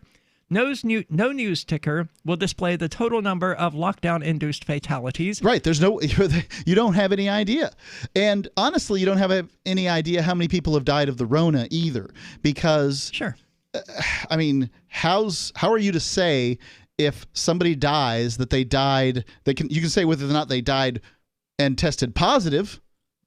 Yes, and they did that with a number of bizarre cases where the deaths were totally unrelated to possibly having coronavirus. Sure. And I mean, what is it? George Floyd, the guy that famously kicked off the huge BLM issue across the United States. Again, because it's a fight that keeps having to be brought up. He had the coronavirus. And we don't. Was he killed that recently? Yes. Feels like he was killed like last year. Nope. No, it was during the the pandemic, wasn't it? Because the first protests were against the lockdown in places like Michigan and stuff like that, and then those protesters were terrible because they were Republicans. And then the second set of protests were against Black Lives Matter, and those protests were acceptable because they were Democrats. In part, this is due to the pervasive bias of the mainstream media in supporting Democrats' lockdown policies. I've got to point out to the Federalist here that the lockdown policies were, in fact, implemented equally by Republicans as they were Democrats. Equally? I don't know. How many Republican governors are there? I would say that Republican governors have been less stringent in their lockdowns, would be what I would say. But they still locked down. Fine. I mean, but being in prison for 1 day and in prison for 1 year, there's a difference. You'd agree? I would agree. Okay. The Federalist here, I've got to remind everyone, is a pretty hard right-leaning site, it would appear. Yeah, they are. Yeah, I'm never paying any attention to them. You said the Federalist, and I knew what you were reading. Yes. Okay. Deaths they're calling it the Wuhan virus, to give people an example of how right-wing they are. 855-450-FREE, as in freedom. On a multidimensional probe, the Syscov Transtemporal Vehicle Clio discovers 2 entire universes have been annihilated in a massive time-traveling accident. Robert Kaminsky and his crew race home with the news, only to learn their own universe is next. To pull off the impossible, they'll have to embrace the unpalatable by placing their trust in the admin, Syscov's xenophobic sister universe, and the same people who tried to kill them all only months before. The Valkyrie Protocol by David Weber and Jacob Hollow. Available October 6th, wherever books are sold. Visit Bainbooks at Bain.com for more. Divvy's been a pretty good investment for Free Talk Live. Their ad campaign started in September 2019, and from mid-March to mid-July, the values soared by 10 times. It's not too late. Divvy's new wallet hasn't even released yet, and other things are happening that I can't even say on the radio. If you want to invest and potentially do well, go to divvyproject.org. I can tell you that FTL is deepening its partnership with the guys from divvyproject.org. Past performance is not an indication of future profit. divvyproject.org. DIVI project.org. Join liberty-minded voluntarists, anarchists, and libertarians from June 28th through July 4th for ForkFest 2021 at Rogers Campground in the beautiful White Mountains of New Hampshire. ForkFest happens the week after the Porcupine Freedom Festival, and ForkFest is decentralized, which means no one is in charge. That also means there's no ticket cost. Just reserve your camping, RV site, or motel room with Rogers Campground for June 28th through July 4th. Where better to celebrate Independence Day than around other freedom-loving activists in the Shire? You can relax and enjoy the camaraderie of like-minded people, or you can create whatever experience or event you'd like others to have. If you're planning an event for ForkFest, be sure to let others know in advance. You can connect with fellow ForkFesters via the unofficial Telegram chat or the ForkFest forum. Links to those are on the unofficial website, forkfest.party. Mark your calendar for June 28th through July 4th, 2021. We'll see you at forkfest.party. Free Talk Live. I think it corrupts people over time. I mean, I don't think a homosexual is not going to be perverted in 5 minutes to turn to bestiality. But over generations, if they're having children, I believe over generations, it will pervert. I'm pretty certain that being gay is not a choice because I think I'd make that choice, right? Like, my biggest problem with gay people is that I'm, like, jealous of them. Like, they have that Grindr app, like, they just go on their smartphone and get laid. Oh, yeah, Derek is on that thing all the time. Yeah, I mean, it's like that. I'm so envious of this, but I'm like, I gag when I brush my teeth. Like, I just couldn't do it, you know, and so... I made him laugh. Wait, doesn't that mean he's perverted if he laughed at that joke? You're laughing at a sick joke, sir. You're perverting society. You are responsible for the downfall of this country. It's all Karl Marx from here, thanks to you, pal. Free Talk Live, 7 nights a week from 7 to 10 Eastern, live on the Liberty Radio Network at LRN.FM. There are lots of ways to listen to Free Talk Live. Our podcast has been around since podcasts began, and now the FTL feed is loaded with content besides our full show archives. Did you know that we make it easy for you to customize your podcast subscriptions? We have different feeds, one that includes only our full shows, one with just the Daily Digest, and our main feed that includes everything. You decide what you listen to. It's quick and easy to customize your feeds at feeds.freetalklive.com. That's feeds.freetalklive.com. Look, I'm sorry, but you're in for a world of pain if you use Koinomi. The reason is their wallet doesn't support payments. The solution is simple. Let them hear your voice. Message Koinomi on Twitter, it takes 5 seconds, and tell them AnyPay sent you, because they're on the fence right now, and your voice will prove that people care about using Bitcoin for payments. Go tweet at Koinomi now. Or even better, leave a review in the App Store. They really pay attention there. Thanks. What's up next? Visit the Liberty Radio Network program guide to find out at shows.lrn.fm. That's shows.lrn.fm.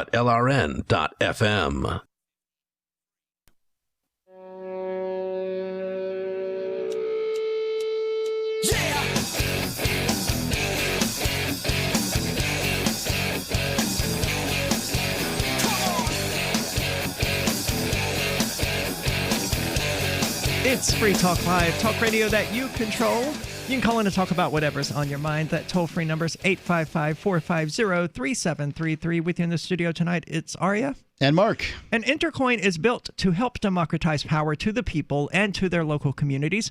Cryptography enables people to hold secure and private elections without any matter of community governance. It could even be used for securely tallying and reporting results for national elections. Intercoin has also pioneered provably random polling that is unaffected by poor voter turnout or spoiler effects. It can be used to continuously adjust levers of monetary policy, such as how much UBI to issue the next day.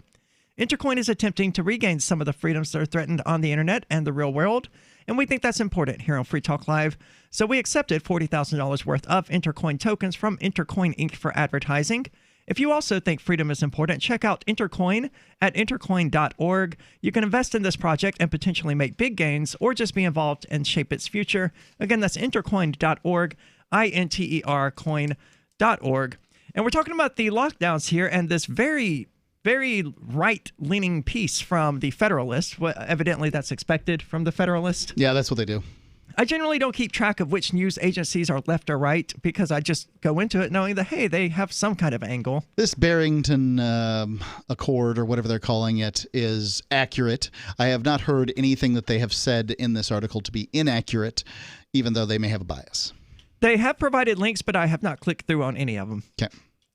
But it's also due to the nature of the message that mainstream media is not talking about the lockdown-induced fatalities. Deaths from the coronavirus are a single number from a single cause, but deaths due to the lockdown come from many different sources, such as depression and mental illness, suicides, delays in preventative medical care, including deaths from cancer and postponed vaccinations. A lot of people just aren't going to the doctors. As a matter of fact, I was talking to somebody who's sick from corona. I was talking to somebody whose daughter is sick from corona, had like sort of ongoing conditions. Now she's testing negative at this point. Okay. 4 times she's tested negative. Okay. But her she's got her doctor sent her, a little note to go to the pulmonologist or whatever, the lung doctor. Okay. Specialist. The lung doctor won't see her because she's has effects from corona. No, don't bring that in my office, lady. So, how are you, if she dies of this, she will be a death due to coronavirus, but it should be a death to medical malpractice. Sure. If a doctor refuses to see a sick person, especially after they've taken tests to see that everything's fine, that doctor ought to be, ought to lose their license. I mean, that's disgusting. That is pretty gross. Drug and other opioid abuse. That's a very weird way of phrasing that. I would also add alcohol abuse into that. Domestic violence and child abuse. I can't imagine anything worse for domestic violence victims and child abuse victims out there than being locked in the homes with their abusers, basically for the last 6 months. Right. I can't believe that we as a society allowed that to happen to people. Cardiovascular disease and stroke due to unemployment. I don't think either of those things is actually caused by unemployment, but whatever. Strokes can be caused by stress, which could be caused by unemployment. Sure. Okay. Reduced average lifespan from other causes due to unemployment. Now it seems like they're just sort of making things up. Well, I mean, there's plenty of things out there that are causing deaths that, that from this lockdown, this whole situation, and they're hard to quantify. Sure. Because the situations are odd. But yeah, I mean, as their list should get less and less. They should start with the big things and go to the small things. Attempts have been made to pull these diverse casualties into one model. A group of South African actuaries advised their government that a lockdown would cost 29 lives for every one life saved from the virus. Wow. A UK government study estimated more conservatively that the ratio would be 4-1, with lockdowns causing 200,000 fatalities while saving only 50,000 people from COVID-19. Which from would death mean by COVID-19. Here in the United States, whatever the amount of people that were saved, 4 times as many would be lost. That's an amazing thing, and I can assure you that, that the people who support lockdowns and masks and all these other things aren't thinking about that stuff. No, they're certainly not. So I feel like that's an important point, and I've pulled it up here. The actual study he links to, it's from medium.com, and it also contains links to the study without actually going into the actual study. Neither of these places are actually going into the actual study. Yeah, they always link you back to their own stuff rather than linking you to the source Well, material. They're not doing that. They are linking me to telegraph.co.uk, but none of them are actually linking me to the study that they're purporting this was, reported in. That's frustrating. suspicious. Yeah, it is. So, to get this message across, we need such a number for the United States to penetrate the media barrier. But it doesn't matter. Did that penetrate the media barrier in the UK or in South Africa? Did it end any of the lockdowns because they said, hey, look, we're killing more people this way, and here's the numbers to show it? Europe seems to be taking this a little more realistically than the United States is, but Europe didn't have the per capita death rate the United States did because they didn't have Democratic governors sending, geriatric patients infected patients into geriatric wards. Well, the people of the United States also generally live in a delusional isolation bubble. So, of course, they're not taking anything in a realistic way. They're not a realistic people generally. To penetrate the media barrier and get general public miasma about this disease, we need to be able to present this formulation. For every X lives that continued lockdowns might save, X plus Y lives will be lost due to those very lockdowns. Fortunately, there is someone in the White House who knows exactly what is needed. In May, before he joined the COVID-19 task force, Dr. Scott Atlas and several colleagues published an excellent article in The Hill surveying the extensive public health costs of the economic collapse resulting from the lockdowns. In an interview about the article, Atlas noted that he and his colleagues did not do any sort of model or a complex hypothetical projection. We looked at established retrospective data that has been done, that is empirical, that correlates loss of economic productivity, unemployment, and similarly the health care losses that we went through. Some commas in that would have been great, whoever transcribed that. Now we need a model that will pull together all the factors to let us make a life-for-life, death-for-death comparison of the threat of this disease versus the horrific cost of lockdowns as a therapy. Yeah, I mean, I think that the individual should be making these assessments. And I want to ask, ladies and gentlemen, although we found out a great deal about this virus as time has gone by, what are you doing differently than what you were doing the first week of the lockdown? I mean, perhaps you're not taking it as seriously, but I mean, when I went to the grocery store the very first week of this lockdown, I wore a mask. I had some hand sanitizer. Perhaps I had some rubber gloves. I didn't, but I mean, I could have. Sure. I mean, that's it. It's the same stuff. Wash your hands, wear a mask, all these things are the same things we've been doing for months. So all of the rest of this stuff is just how many angels could dance in the head of a pin.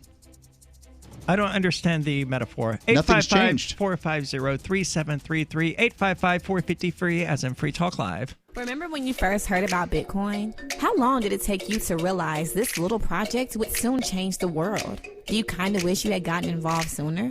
Well, now is your chance to be a part of the next revolution in money. Intercoin is working to finally make crypto go mainstream. It's designed to be scalable enough to support everyday payments and even elections without the state. Bitcoin was originally supposed to be a peer-to-peer cash system, the way we would all pay one another without having to trust any third party. But instead, over time, it mostly became a store of value. That's because every 10 minutes, the Bitcoin network must put all transactions into a block, and that block can only hold so much. If crypto is to become mainstream, for people to use it for everyday payments, we need a new architecture, one that is as secure as Bitcoin while being far more scalable. Check out intercoin.org to find out more and maybe pick up some of those coins for yourself.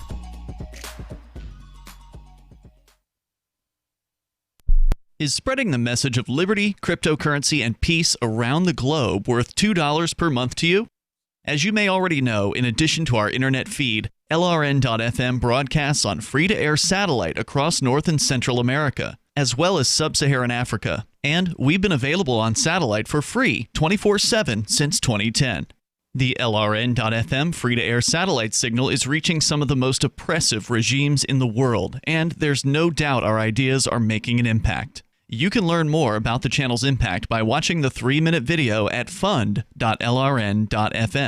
If you'd like to help free minds globally with our ideas of liberty, cryptocurrency, and peace, you can donate as little as $2 per month via fund.lrn.fm.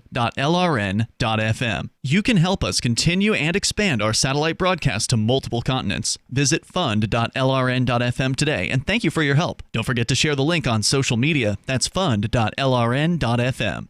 Are you tired of your taxes funding endless occupations around the world? Antiwar.com is run by people who understand that wars abroad become wars at home, wars on our freedoms. Antiwar.com is dedicated to bringing you the latest in news, views, interviews, and reviews from the top movers and shakers in the anti-occupation movement. Antiwar.com has it all, from thorough foreign policy analysis to interviews with whistleblowers who used to run the military-industrial complex. Anti-war, pro-free market. That's antiwar.com. What if you want to hear the latest episode of Free Talk Live, but all you have is your phone, you forgot to download our archive, and you have no data connection? You can call our Listen line at 641-793-0191. That's a long-distance number, so you may incur charges. If not, listen as long as you want. 641-793-0191. The Free Talk Live Listen line, 641-793-0191. I've been told no in many different ways. I give you an order and you're going to obey it. Who told you to go this way?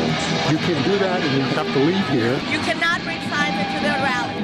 Walk with me. Well, I'm comfortable here, actually. Whoa. Hey.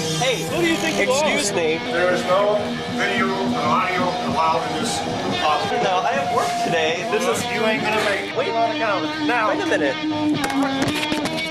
Whoa. Hey! Oh my God! Unbelievable! Why are you running from me?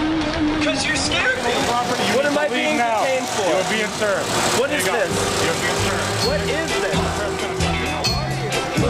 Bureaucrats have a funny way of telling people no. That's the sound of the men working on the chain. Derek J's Victimless Crime Spree. Watch it for free and order the Director's Cut DVD at victimlesscrimespree.com. Live video of our key New Hampshire-based shows is streamed on DLive. Please follow and share at dlive.lrn.fm. That's dlive.lrn.fm.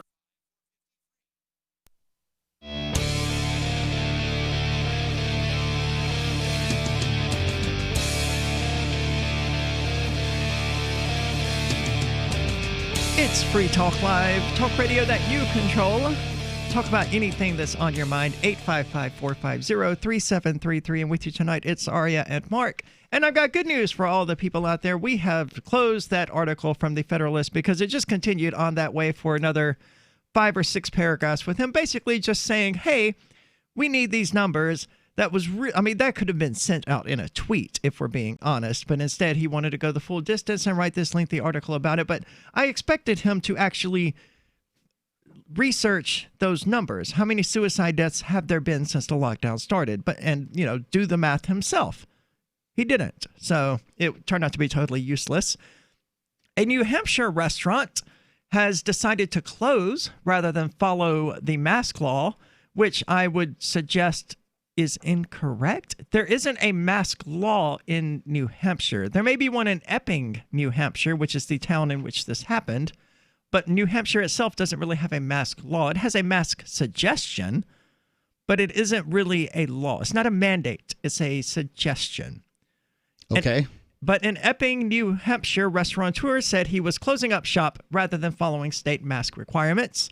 Rosalind Ice Cream and Diner owner Joe Boge said he would rather close than require employees to wear masks and would only reopen when the requirements change. What's our options? Do we cow down and figure out a way to follow the rules, or do we make a stand? He asked.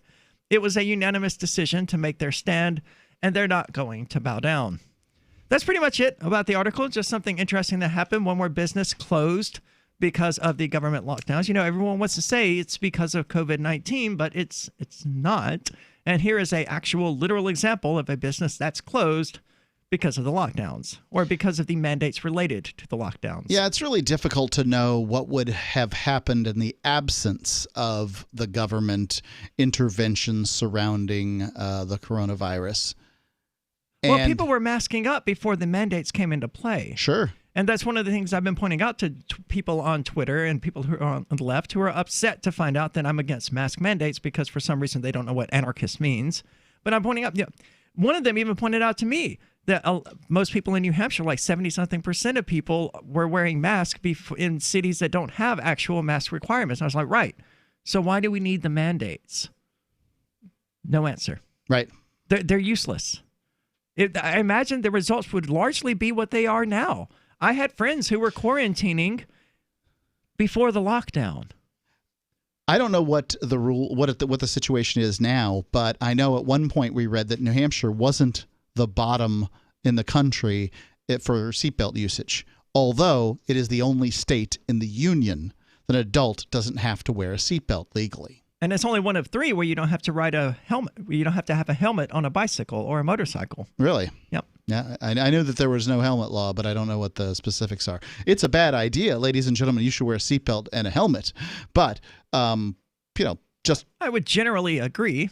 I mean, sometimes a seatbelt is too much trouble and you're, just driving a quarter of a mile at 30 miles an hour. Right. If you're not going fast enough, the chances are that it's not going to be particularly meaningful. But, generally a seatbelt is a good idea, and generally a helmet is a good idea.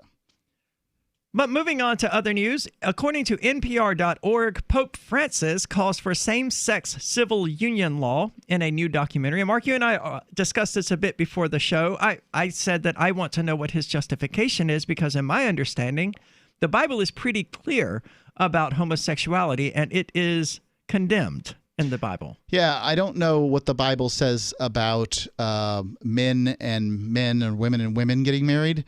I suspect it's largely silent on that issue.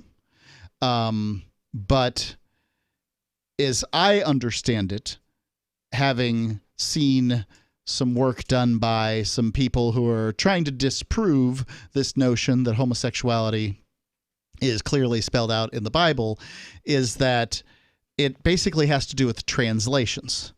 Most of the translations people are reading at this point are English translations or translations made from English translations.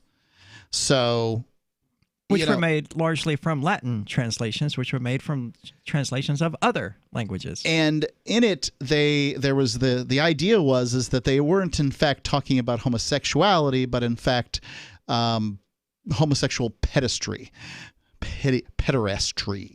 And what does that mean? Sex with underage people. Okay.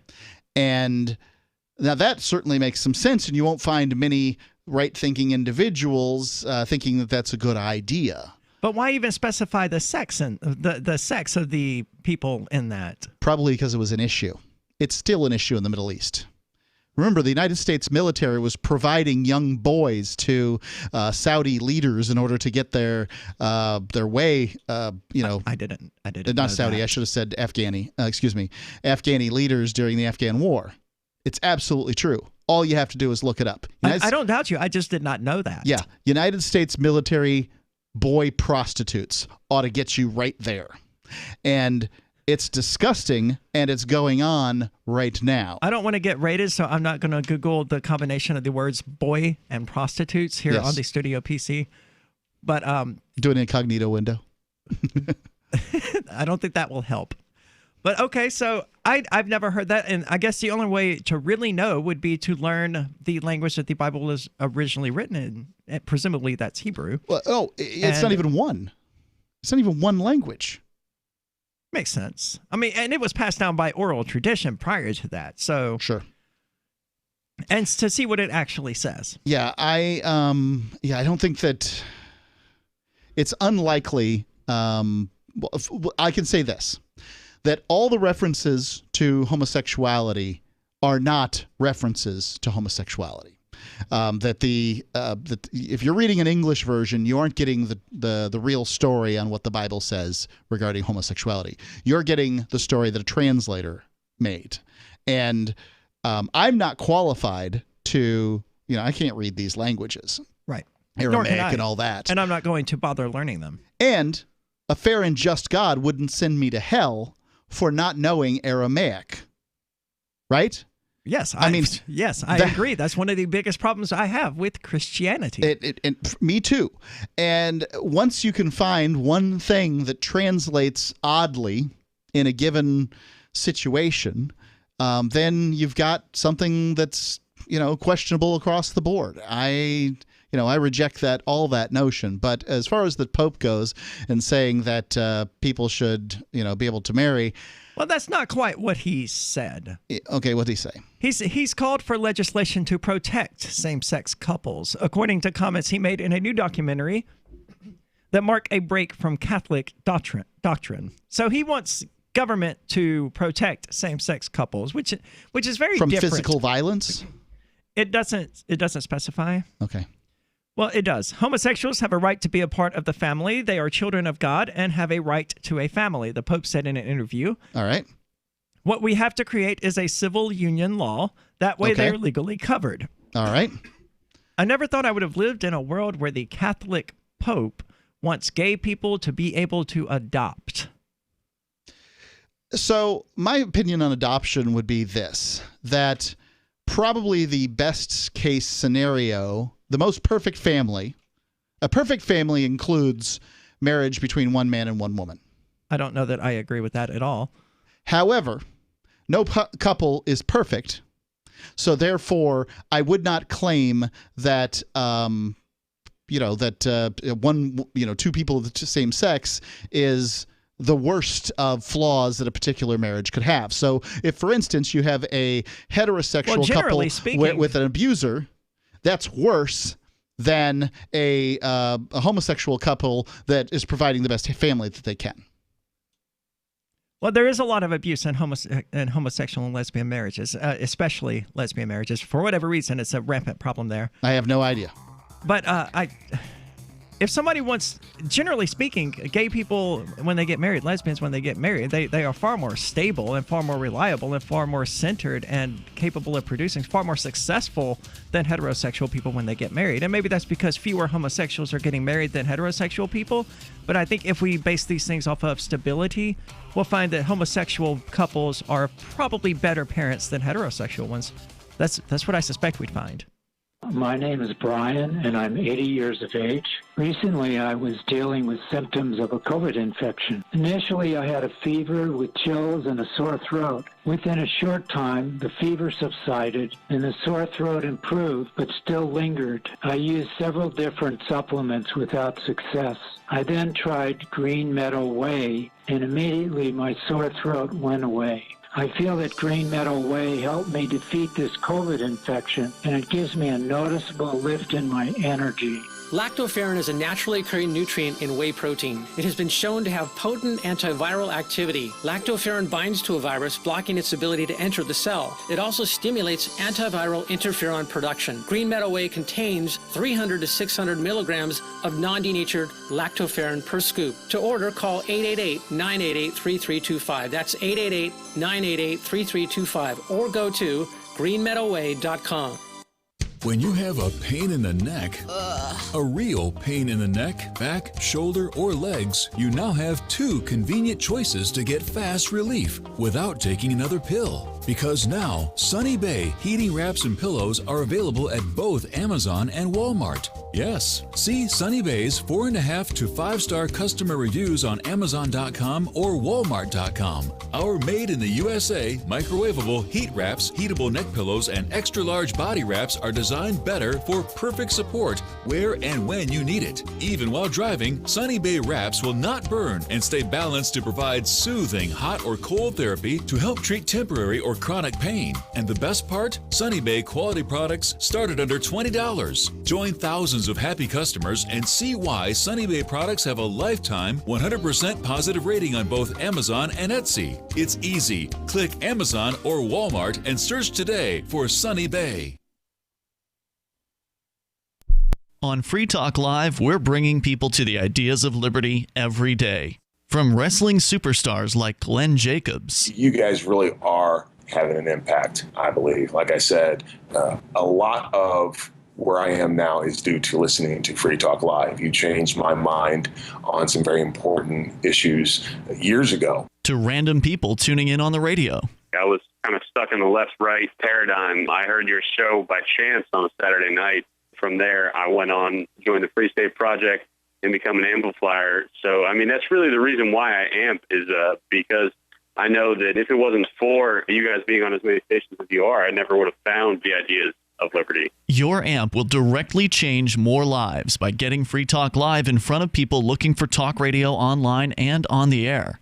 When you amp Free Talk Live, you get perks like access to the AMP-only Facebook group and AMP podcast. Visit amp.freetalklive.com. Some of you asked, and now we've delivered. LRN.FM's live Keene, New Hampshire studio shows are now streamed in HD on Twitch. Visit our channel at twitch.lrn.fm and give it a follow. If you have Amazon Prime, you get one free subscription on Twitch. If you use it on our channel, Twitch will give LRN.FM a monthly piece of your Prime subscription cost. So please watch, follow, share, and subscribe to twitch.lrn.fm. That's twitch.lrn.fm.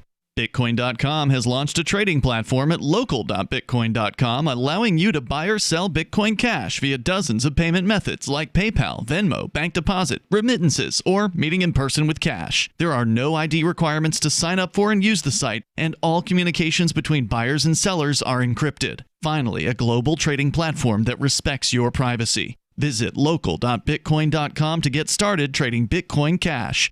local.bitcoin.com. You're listening to the best liberty-oriented audio streamed around the clock, on the air, and online. This is the Liberty Radio Network at LRN.FM.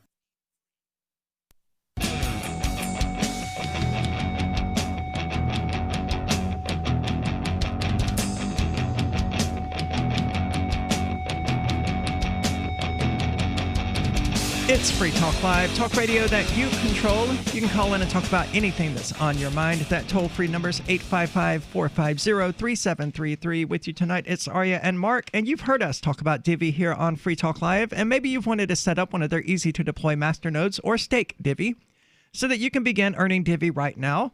Well, Ian says that setting up a Divi masternode was incredibly easy and that staking was even easier. We're not investment advisors here, but we think you'll be impressed with your earning potential with Divi as compared to traditional investment vehicles. Go to diviproject.org and get started. You can buy Divi at several exchanges or directly from the Divi team. Need help? There's a link to their Telegram channel right on the front page at diviproject.org, diviproject.org. Now, we're talking about the Pope here. Neither of us are Catholic, obviously, who has decided that the government should legislate to protect same-sex couples and their right to adopt, but he still is refusing to just call them marriages. So he doesn't want gay people to get married. He doesn't want lesbians to get married. He wants them to have civil unions. So I'm going to call them marriages, though, and I don't care if people like it or not. Right. I'm going to call heterosexual civil unions instead of marriages. I have gone through some different changes on this. Sure. At one point, I would have said that, look, marriage has a definition, and let's just go create another term that helps define what's going on. One thing I hate is the way the language has been changed around the word partner. All right? Does partner mean somebody that you have met in the Old West? Does it mean a person with whom you've gone into business? Does it mean somebody that you've committed to spend your life with? Because it is frustrating to me when a heterosexual man describes his wife as his partner. It's the opposite for me, because if only LGBTQ people are using the term partner, then using the term immediately identifies them as being LGBT. Yes. Well, I don't want that. Well, what I want is to know what the hell I'm dealing with, because does it matter what it does? Why? When I introduce Ian, when I walk into a room, I'd like to introduce him as my partner and not have people think he's my gay husband. Okay? That's why. Let's stop messing with the language. Do you see my frustration? I have a wife. No, because that's not frustrating. That is hilarious, Mark. It's happened more than once where I say, this is my partner. And he's like, business partner. Oh, yeah, business partner. Why? Because I'm not thinking about gay sex when I'm talking about my business partner. That is the least frustrating thing I've ever heard. Or you could just add business in front of it. Terms should be... People did initially say life partner. You know, they did initially say that, but that would got be dropped. nice if that's what we're talking about. That got but dropped. life partner sounds, wait for it, gay as hell. Well, maybe if we're saying partner and it has all of these different connotations and meanings, maybe we should specify which meaning we're using it in by saying this is my business partner or this is my life partner. Sure, but partner meant business partner up until the point that it didn't. Well, before that, it just meant random stranger, like in the Wild West. Yeah, but in my life... There was a moment in my life when I could walk into a room, I could introduce Ian as my partner, and people would know exactly what we're talking about. And so now you have to say, this is my business partner. Agreed. And I find it frustrating. The language has changed around me. I want you to just go in there and say, this is my partner, and motion to Ian. Yeah, but it's not going to. But then he's going to say business partner in order to correct me. Yes, but it'll still be funny for that brief second where people are trying to process this. When I introduce my wife, I say this is my first wife, and she says, and only wife. We're still married. Clever. Because that's funny. It is. Yeah. Calling Ian your partner is also funny. Yeah. I don't know how to tell you this. Well, I don't know what. That's not the joke that I was going for whenever I was telling those things. Anyway, I would like disambiguations, not ambiguations. Well, then be specific and say, this is my business partner. Then I haven't done anything to make your term for partner less gay. I don't want you to. What I would rather you do is refer to your wife as your partner. I don't want to. I understand. She's my wife. You don't have to. You can call her whatever you want. Yep. So Francis noted he has stood up for civil unions before, but notably not marriage. So that was the point we were getting at. So what is your position on gay marriage now? Okay, so what I would say today is as a libertarian, I don't think the government should be involved in marriage. And I will give you several reasons why. Because it costs $100 to get married and $4,000 to get divorced, and that's a cheap one. That a marriage is an agreement, a government marriage is an agreement between you, your wife, and the state. And God, presumably, but God doesn't ever charge you money. The state, however, will tell you if you can get a divorce. Like, because really, you're going and asking for a divorce. You're not going to get it necessarily unless you fill out their paperwork properly. If you and your wife want to get an amiable divorce and not tell the government how much money you have and how it's going to be spent and all this, that, and the other, they're going to send you back to do your homework and fill out their little forms correctly. Whereas if you just have, a marriage before God or a freedom marriage or a marriage upgrade, I don't know what you call these things, then when you decide you're split, and you're split the way you want to be split. So what I would say not is necessarily. that I mean, some of nobody these can should be really get these complicated, and they may need to involve a mediator. Sure, you can, but that's your choice. And it's fair. You and I could get a mediator over any number of things. Right. We don't need to have be dissolving a marriage to get a mediator. Mediators just help solve problems. Sure. I was just making the point that you're not necessarily going to get your way in even ending a 100% non-governmental marriage. Nope. That often, yeah, right. I mean, compromise often has both sides unhappy with the outcome, but that's that. So I would say that government shouldn't be involved. You should not involve the government in your marriage at all. You shouldn't involve the government in your relationship at all, in any capacity whatsoever. However, but it's necessary because otherwise you're going to have problems with insurance. You're going to have problems getting into hospitals. You're going to have and these are all problems created by the state because these hospitals and insurance companies, they only recognize government-approved marriages. If you're asking, if one asks my opinion on whether or not gay people or lesbians or whomever should be able to contract to live together which is and what love a each marriage other, is. And then to record that contract with the government for whatever reasons they want to record that contract with the government, I say absolutely they should be able to do that. And I don't think it should be limited to two people. I agree. If your witch coven wants to have a lesbian marriage of 25 people, more power to you. Now, I would advise not involving the government, but if you want to, right. Go If ahead. the government's going to offer these services, it should offer them, fairly and equally, in my opinion. I do think, however, that many times when people are looking to be married, they're looking for the bennies. And so if your insurance company doesn't want to offer services to gay husbands or whatever, then I think they should be able to do that too. And it's all, I would agree. Find a better insurance company. Yeah, it's all just about forcing people. And that's one of the things I don't like about all this. Francis's remarks in the documentary go beyond what he has said previously and sharply diverge from the view of his predecessors. LGBTQ rights groups held the comments as a major step, but along with conservative religious groups, they raised questions about the context of the quotes delivered in a movie and how much weight the comments held.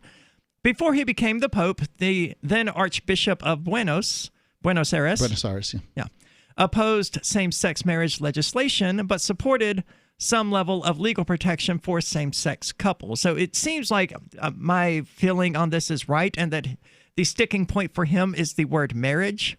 Yes. And not the idea. And that used to be one of my sticking points at one point, is that I like terms to mean things, and I would like to come up with new words to describe different things rather than using old words to describe the same thing, because I like disambiguations as opposed to ambiguations. Sure, and I'm fine with using the word civil unions, but only if we're talking about heterosexual couples as well as homosexual couples. Only if we're applying that to everyone.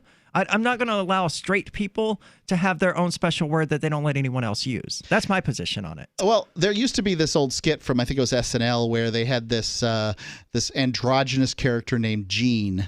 And then at some point after they had wrung that particular rag out of all the laughs that you could get out of the androgynous character, people trying to figure out the pronouns and these sorts of things of Gene, then Gene had her, I don't even know, it's androgynous looking partner who was named something else that was androgynous, and then now you're dealing with this couple who won't use terminology so that you can describe, like, I just don't like the frustrating aspect of trying to figure out all this stuff. Could people just tell me what's going on here? If you're talking in a gravelly voice, I'm going to presume you're talking about your husband, that then therefore you're the wife. 855-450-3733. It's Free Talk Live. Maxwell, he was a runaway into rescue, great disposition. About 9 years ago, he was scratching a lot, and he started losing some hair. My vet, she says, oh, he must be allergic to the chicken. Another vet said, it's the grain. Third vet, she says it's the weather, something in the air. And then somebody said, DINOVITE.com. I have been listening to these Dynavite ads, hearing about different stories of different people, and it just clicked. I got my first 90-day supply, and it took a grand total of 2 weeks. And the dog stopped itching, the hair stopped falling out. Dynavite is nutrition. And Maxwell loves it. Now he's close to 10. And the Dynavite is a big part of Maxwell's diet. Dynavite for life. You won't believe how happy your dog will be. And he's a spectacular dog. DINOVITE.com. I'm a little obsessed with My Magic Mud. Several years ago, I met Jessica Armand, the founder and CEO of My Magic Mud, and I didn't even know my teeth were coffee stained. A week's worth of use convinced me, and now I use it every 3 or 4 days. It's clinically proven to whiten teeth, and I think it cleans better too. My Magic Mud's available at most local health food stores, Sprouts, Natural Grocers, CVS, Walmart's Natural Beauty Aisle, but I can get it for you for 20% off with coupon code FTL20 at mymagicmud.com. FTL20 mymagicmud.com. So you've heard all 3 hours of the latest episode of Free Talk Live, and you're still hungry for liberty-oriented audio content? Did you know that we have another 24/7 audio stream at LRN.FM? The Liberty Radio Network airs the latest episodes of some of the best liberty-oriented podcasts on the internet around the clock. In addition to recorded content, you'll also hear live shows like Free Talk Live, originating from our Keene, New Hampshire studio. So listen anytime at LRN.FM. That's LRN.FM. You're listening to the live edition of Free Talk Live. Hour number 3 is next after the news here on the Liberty Radio Network at LRN.FM. A change in guidelines. I'm Lisa Lacera, Fox News. The Centers for Disease Control and Prevention adjusts what it considers close contact when it comes to the coronavirus. CDC Director Dr. Robert Redfield says the criteria has changed based on a case involving a corrections officer in Vermont. The individual who had a series of shorter contacts, but over time added up to more than 15 minutes, became infected. The guard contracted the virus after brief encounters with prisoners who later tested positive. The guard wore a mask and goggles, but the inmates didn't have masks on during some of the encounters. An investigation concluded the guard's interactions with the infected prisoners totaled 17 minutes during an 8-hour shift. Fox's Steve Rappaport, the FBI and Director of National Intelligence John Ratcliffe, just holding a news conference moments ago, saying intelligence officials have identified Iran and Russia as having taken specific actions to influence the upcoming election using spoof emails designed to intimidate voters, incite unrest, and damage President Trump, and that both countries have also obtained voter information. Ratcliffe says the threat was caught swiftly. Democratic presidential nominee Joe Biden calling in the big guns to campaign for him. His former boss, former President Obama, held a drive-in rally in Philadelphia. Joe sees this moment not just as a chance to get back to where we were, but to finally make long overdue changes so that our economy actually makes life a little easier for everybody. President Trump in Charlotte, North Carolina tonight. The president and Joe Biden square off for the final time tomorrow. Fox News Democracy 2020 coverage of the final presidential debate tomorrow. Watch on the Fox News channel and listen on the Fox News app. Kansas Governor Laura Kelly again calling for a statewide mask mandate as COVID-19 infections climb in rural parts of her state. America is listening to Fox News.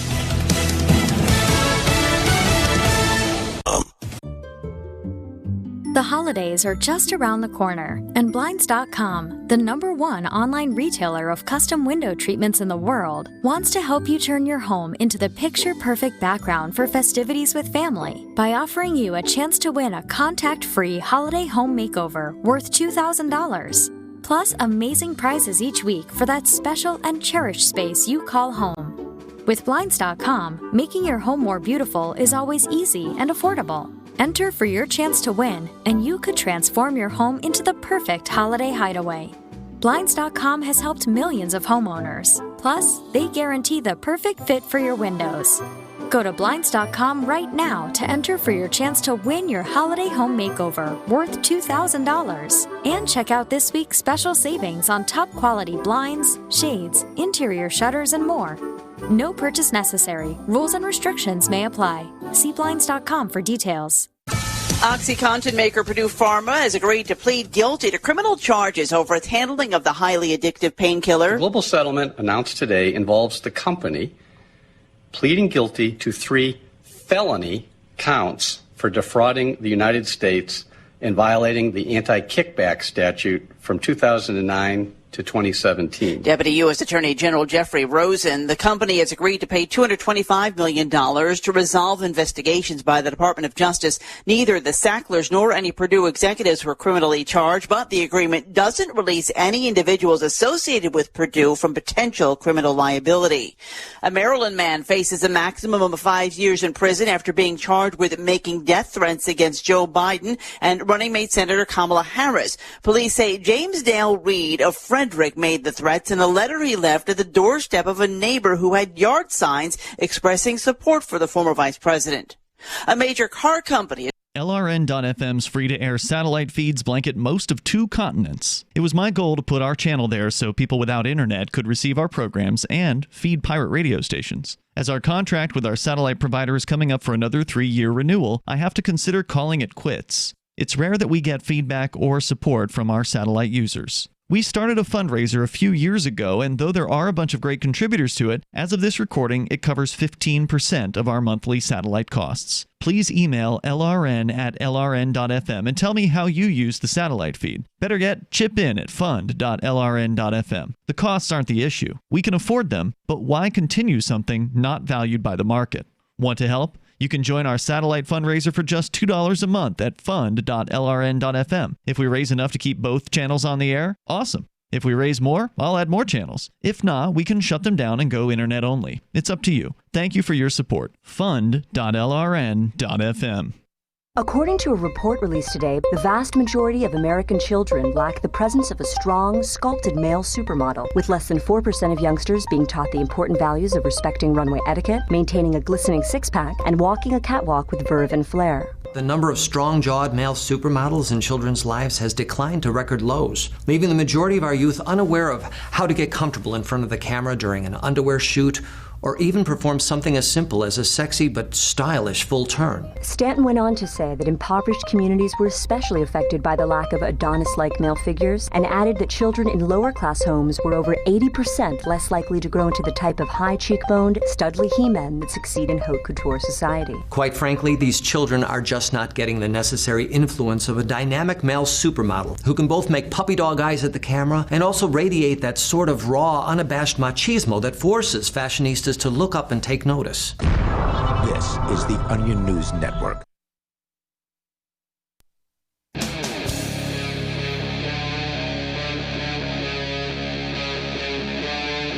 Free Talk Live.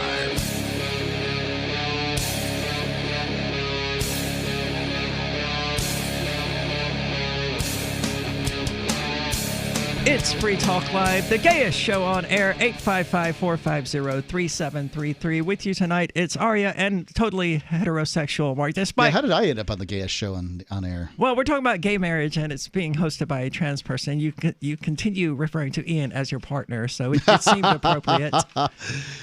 Yeah. So obviously, we're not the gayest show on air. We're probably the most heretical, but probably not the gayest. I'm sure there are gayer shows out there. Commercial radio, national commercial radio programs? Probably not. No, probably not. Cool. So in 2003, we're talking about gay men. I mean, if you get extra gay points for being trans, I think so. Yeah. And for being bisexual on top of that, or pansexual. Whatever the heck you call yourself, yeah. Well, speaking to the point about language, that's... I mean, I have to tear you down a couple of points just by sitting here being old, white, and heterosexual, though. Fair point. Yeah, but you do keep calling Ian your partner. But, back to your point previously. Is my partner. See, that's what I'm saying, Mark. It's the gayish on air. We were discussing language, which is why we're talking about partnership now. And this is why I've since stopped doing it because it was just kind of bad optics. But I've always referred to myself as a she-male because it's clear, it's concise, and it's short and to the point. Everyone knows what that means as soon as I say it. If I tell somebody I'm they can't say it, though, because it admits that they have watched porn. Well, who hasn't watched porn? I think many people have watched porn, but usually they get tricked into the she-male stuff. I don't know how true that is. Okay. But saying I'm a non-op male to female transgender person, that's a lot of words to convey exactly the same meaning that is conveyed by saying she-male. The part about your articles that irritates me the most, and believe me, there's plenty of irritation for me about the whole thing. Like, I'm just made uncomfortable about a lot of it. But these presumptuous a-holes that decide that your pronoun is they... That bothers me as well. But it's my fault. Because they look on Twitter to see if I list my pronouns there, and of course I don't, because I don't care what people call me. I noticed that they want that, so I put it on my LinkedIn. I put my pronouns on LinkedIn. I'm not willing to do that. Why not? Because I don't care what they call me.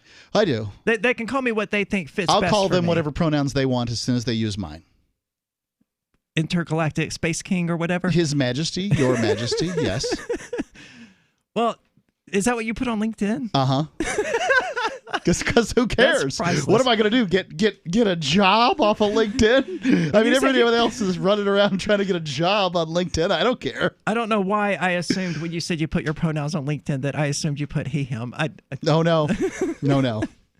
I don't. But those aren't. I prefer His Majesty or Your Majesty. That's not a pronoun, though. Well, his. Yes, it is. No, it's a title. It's the way you refer to you. Look, if she, when referring to the Queen, she didn't go to the bathroom. Her Majesty went to the loo. Her Majesty. Right. Her is the pronoun, though. Mine is His Majesty. Majesty is the title. It's how you refer. It's all one term. No, it's an actual linguistic term. What a pronoun is. It refers to her station as your king or queen. Yes, their title. Their station. But you still don't say their majesty, and you wouldn't call the queen his majesty because... I'm made uncomfortable by you questioning my pronouns. Okay, fair. You do what you want, Mark. I don't know why I assumed you put he, him. But, it's my fault these articles are referring to me as they because, I'm not as passable as I would like to be. But I think it's pretty obvious. I'm doing everything that I can to be as feminine as possible. I thought that was... so at one point or another, I just sort of... I gave you a little grief about not passing as well as I would like. And then you asked me, what do you want me to do? And I don't have an answer. You have done everything, and this is the reason that I'm willing to use he, she, and her to describe you is because A, you've asked me to, and you have proven... Did I ever ask you to? You're clear that that's what you want. Okay, how's that? Fair. And B, you're making the effort. Now, what I'm not willing to do is play all these games where people aren't willing to make the effort.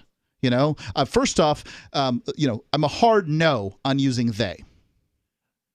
It just end of story. You're not going to get me to use a plural instead of a singular, and no. Okay? I'm not opposed to it, but I understand why you are. Now, maybe you can talk me into a Z and G and all these other weird pronouns that have been made up in order to... Well, all pronouns are ultimately made up. Agreed. Made up recently. And, I see some of the arguments for them and these sorts of things. But if you want me to use she pronouns, wear a skirt, wear a dress, let me know that you're working on this whole womanhood thing. And then fine. Now, if you've got a beer, if you're wearing an Aussie T-shirt, a beer belly, and it, the belly's creeping out underneath the T-shirt, and a pair of dirty jeans, and some boots on, and you want me to call you she, well, no, I'm not making that effort. Now, would you call a cis girl he for dressing that way and perhaps, shaving her hair? Cis girl. A non-trans girl. If you, I don't want to use the word because I think it's probably technically a slur, but a very brutish-looking lesbian. Oh, the term butch. Yeah, that wasn't the word that came to mind, but that was the word I was looking for. Yes, not brutish, butch. Okay, so it's a woman, what was previously a woman, now attempting to pass as a man, right? Well, no, because that would be a trans man. Okay, then help me out here. What are we talking about then? Just a butch lesbian. Well, only if she asked me to. A butch lesbian wouldn't want to be called he, would she? But why do the preferences matter there, but not in regard to the trans person? The trans person needs to be making the effort, is what I'm the point that I'm trying to make. That I've seen people not making the effort, who appear to be putting all the work on me, which is learning new pronouns. I agree that's not fair. If you want me to do the work of figuring out your pronouns, do the work of letting me know what your pronouns are. I think that's a fair statement. So, I'm trying my best to fit into this new world that's a little weird for me. Sure. And I would prefer everybody just, make it simple on me, and they don't have to have all their weirdness going on and all that stuff. But obviously nobody's going to go by what I'm looking for. So I'm willing to make compromises where other people make compromises for me, especially people in my life that I care about. But other than that, cut me some slack. I'm old and I don't care much. It isn't the use of they, them that bothers me in some of these articles, other than the fact that, as Richard Stallman pointed out in his article on pronouns, it can get extremely confusing. This one article, I think it was the Daily Mail. It's just unacceptable. This one article from the Daily Mail, they used they, them to refer to me, to the Republican Party of Cheshire County, to Eli Rivera, and to Republican voters in the same paragraph. It is entirely unclear what they're trying to convey, and I know what they're trying to convey. But using they, them in the same paragraph to refer to multiple different individuals and multiple different groups, it was the most confusing paragraph I've ever read. Yeah, I've decided to start doing my best, my active best, to remove pronouns from my speech, simply because they are ambiguous. They make it difficult to know what we're talking about. When there's two parties in a sentence and both of them are male and we're using the term he to describe them, I'm not entirely sure, if he hit him, who hit whom? I don't know. Why didn't we just say, Mark hit Ian? That's one of the things that I learned as a fiction writer and a heavy fiction reader is that with good writers, you will find almost no usage of pronouns whatsoever. They always use the character's name because that's clear and that's not confusing or ambiguous. Right. But the thing that bothers me about some of these articles that ran about me are the ones that call me gender nonconforming. It's like I'm doing my best here to conform to the idea of women as a gender. It's kind of insulting to refer to me as nonconforming. But hey, it's whatever. They're going to call me what they want. It's not worth. I think this is the first time I've ever even mentioned it to anyone. It's not worth getting worked up about. It's not, and you're born with the body you got, and you can only do the best you can. I would say the most important thing is maintain your health, and the rest is inconsequential. But well, you did eat that heart attack burger earlier, and here I am having yet another monster, second one of the day actually. We're talking about gay marriage here. 855-450-3733. That's 855-450-FREE, as in Free Talk Live. News from news.bitcoin.com. $9 trillion, a third of the U.S. debt, has been created just since September 2019. The Bank of China's new digital currency has been used in more than 3 million transactions, worth more than 1 billion won. Still nothing from the U.S. Federal Reserve's digital currency. John McAfee indicted for tax evasion and SEC violations. Bitcoin.com is your source for getting started with cryptocurrencies, getting a wallet, buying Bitcoin Cash, mining, and all the latest cryptocurrency news at news.bitcoin.com. Maxwell, she was scratching and losing some hair. My vet, she says, oh, he must be allergic to chicken. Another vet said, eat the grain. Third vet said, it's the weather. Then somebody said, DINOVITE.com. It took 2 weeks, and the dog stopped itching, the hair stopped falling out. The Dinovite is a big part of Maxwell's diet. You get some Dinovite, how happy your dog will be. DINOVITE.com.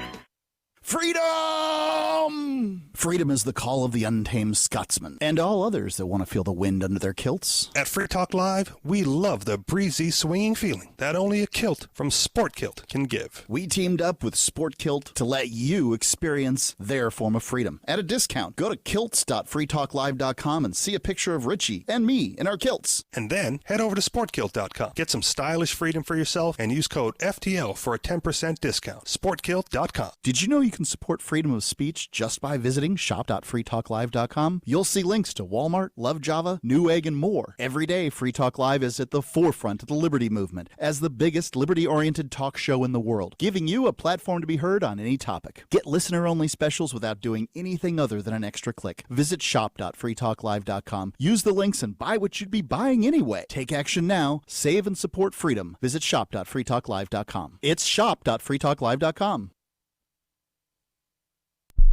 The Free State Project has reached its goal of 20,000 liberty lovers who've pledged to move to New Hampshire and get active to achieve liberty in our lifetime. Perhaps you're trying to figure out what part of New Hampshire should be your destination. If so, consider Keene. You'll find more than 150 reasons to move to Keene at move.freekeene.com. Keene is famous for its historic, publicity-generating activism, as well as being the liberty media capital of the world. It's home to freekeene.com, New Hampshire's destination for liberty activism, news, and opinion. For years, we've been compiling over 150 reasons to move to Keene at move.freekeene.com, where you'll learn about some of what's happening here and what makes Keene a great place to live. If you love liberty, you'll probably enjoy anywhere you end up in the Shire. But do your due diligence first. Please visit move.freekeene.com for the full list of over 150 reasons to move to Keene. That's move.freekeene.com. If you want to know the latest about Free Talk Live before we go on the air, all you need to decide is how you want it delivered. It's your choice. Visit news.freetalklive.com to receive our usually weekly news updates by email. Plus, we have a Twitter account at twitter.freetalklive.com, and you can follow us on the decentralized Mastodon platform at toot.freetalklive.com. So please follow us at toot.freetalklive.com and sign up for our emails at news.freetalklive.com. There are basically two types of advertising, direct response and branding. Radio's great for direct response with its low cost to listener ratio, but audio can't be beat for branding, which is a longer term endeavor. You want to be the first thing that someone thinks of when they think about your product or service. If you have a local business that you want kept top of mind in your community, call the station. If you need national reach, Free Talk Live's got around 200 radio stations, millions of monthly listening sessions, can suit all budgets, and if we don't think we're right for you, we'll tell you. Email me, mark@freetalklive.com. Do you love Twitter? Make sure you favorite the LRN.FM Twitter account so you can receive our tweets at twitter.lrn.fm. That's twitter.lrn.fm.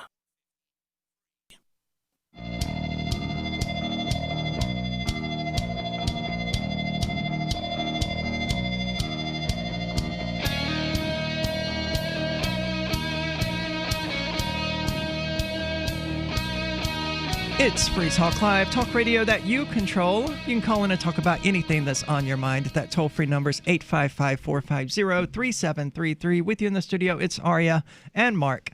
And you can join us. Well, Mark, I doubt you'll be there, will you? Are you going to Fork Fest this year? Yeah, I'll probably Next go to year? Fork Fest, sure. For the whole thing or just for like a day or two? I like to show up, make my appearances, and go. His Majesty Intergalactic Space King. Right. It's a big commitment to be there for 2 weeks. It is. But you can join us, me full-time, Mark occasionally, and other voluntarists, anarchists, and libertarians from June the 28th through July the 4th for Fork Fest 2021 at Rogers Campground in the beautiful White Mountains of New Hampshire. This is happening just after the Porcupine Freedom Festival, but Fork Fest is decentralized, so no one's in charge and there's no ticket cost. All you have to do is reserve your camping site, RV site, or motel room with Rogers Campground for June the 28th through July the 4th. It's going to be a blast. There will be fireworks on the 3rd. And you can find out if you want to plan an event for it. You can certainly do that. Be sure to let others know in advance. You can connect with other Fork Festers via the unofficial Telegram chat or the Fork Fest forum. Links to those are on the unofficial website, forkfest.party. Mark your calendar now, June the 28th through July the 4th. We'll see you there, forkfest.party. Let's go to the phones. We've got David calling from New Mexico. David, you're on Free Talk Live. Hey, how's it going? Hey, what's on your neighborhood? Oh, you interrupt the conversation. I was talking to Alex. We had a really good conversation going, and then all of a sudden, boom, there you are interrupting. But anyway, I'm sorry. I thought the screening was done. The what? No. Well, the screening was done, but Alex and I, we were having a conversation. What's on your mind, David? But oh, nothing. I never have anything on my mind. I just called to annoy people so that you can call the New Mexico State Police and cite a 30-10-12 and have me arrested because I need a fifth charge, please. So how did you get 4 charges for calling a radio show? I mean, I thought it was just 1. Because humans are idiots. Haven't you figured that out yet, that humans are idiots? Yeah, there's nothing we can do about that. Yeah, the direct answer to your question is the first one that I got like 4 years ago was back in 2016. We're in 2020 now, right? Yeah. So the first one was because the KUNM, the gayest radio station. Oh wait, I forgot. That's you guys. But the second gayest radio program on the radio at KUNM, Let's Talk New Mexico, they have a call-in program just like yours. And I called in and I wanted to talk about how the state of New Mexico had trafficked my children, which is everybody is sick of, including me. But they didn't want to talk about that because I happen to have names of people that were in the Democrat Party that had trafficked my children, and I didn't even bring those up, but they knew that I had it, and they didn't want to deal with that subject matter, like nobody really does until their own children get disappeared. So they told me not to call back. They told me not to call back, and I said, you're a public radio station owned by me, the taxpayer of the state of New Mexico. You are the University of New Mexico radio station. I will call back. So I called back. They called the cop. The cop, who was a tranny, wrote me up on charges. The lesbian called the tranny cop, and the tranny cop wrote me up on charges. So that was the initial charge. Then fast forward to a year later, we're in court. They make up an agreement to make it go away. And I'm like, okay, fine. I don't need to fight you. If you want to just let it go, and I don't have to do anything special, just not continue to not do what I'm already not doing, which is not calling them, then fine. And so I didn't call them, but I called another radio program on the station, and they interpreted the order incorrectly to mean that I couldn't call the radio station at all. And that's not what the order says. It says it very clearly. It only lists the radio program in particular. But they have their own police force, so they're able to do what they want. Right. They have their own police force, the University of New Mexico Police Force, and there's all kinds of fun stuff you can Google on those guys. And so they do they have any authority outside of the campus? Well, apparently they have whatever charter with the state that they're a law enforcement agency, and if the crime happened on their campus, it's their jurisdiction. So if you call and annoy one of their people on the telephone, then they can write you up on a 30-20-12 for annoying them on the telephone, like I'm doing right now. And so when I called the radio station that was not covered, the radio program that was not covered in the agreement that I've been calling every Sunday for years, the management at KUNM instructed the people on the radio program I was calling to write down whenever David Olson calls in, write it down, okay? And then give us the note. We want to know when David Olson calls your program. And we're not going to tell him not to call the program. We're just going to call the UNMPD and have them write him up for calling the program that he's allowed to call, okay? And so the people on the radio, the radio program that I'm okay to call, they gave them the notes, and then they gave that to the police, and the police wrote me up on every time that I called the radio station or the radio program that I was okay to call. They wrote me up on a new charge, so I got 4 of them all together. Got it. Yeah. Okay. What is the penalty of these charges? What are you facing here? I'm going to prison for 3 years. Have you been annoying you? I mean, annoying. Huh? What? Have you been found guilty? No, he's not going to be found guilty anyway. either. So David is good enough at pro se that he is going to make these people look silly. They really should drop the charges before he ever gets there. Like just drag him as long as they can. Go ahead. They're already trying to.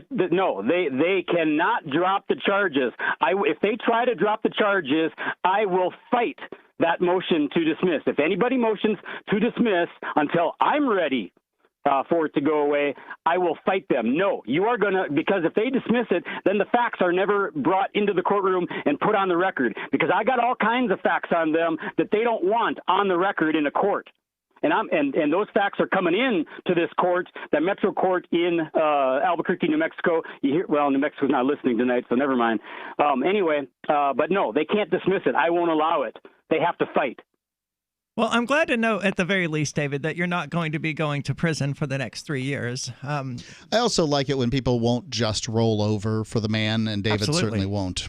David, thank you so much for the call. Very animated tonight. Yeah, but it's a tense situation. He gets frustrated. There's no doubt. Well, I mean, trans gay Nazi cops will frustrate a person. There's no doubt about that. I'm glad I don't have to deal with that particular problem. But speaking of gay people, the Pope Benedict XVI, I don't know who that is, I guess it was in 2003, taught that, quote, respect for homosexual persons cannot lead in any way to approval of homosexual behavior or to legal recognition of homosexual unions. Placing them on the same level of marriage, same level as marriage, he added, would mean approval of, quote, deviant behavior.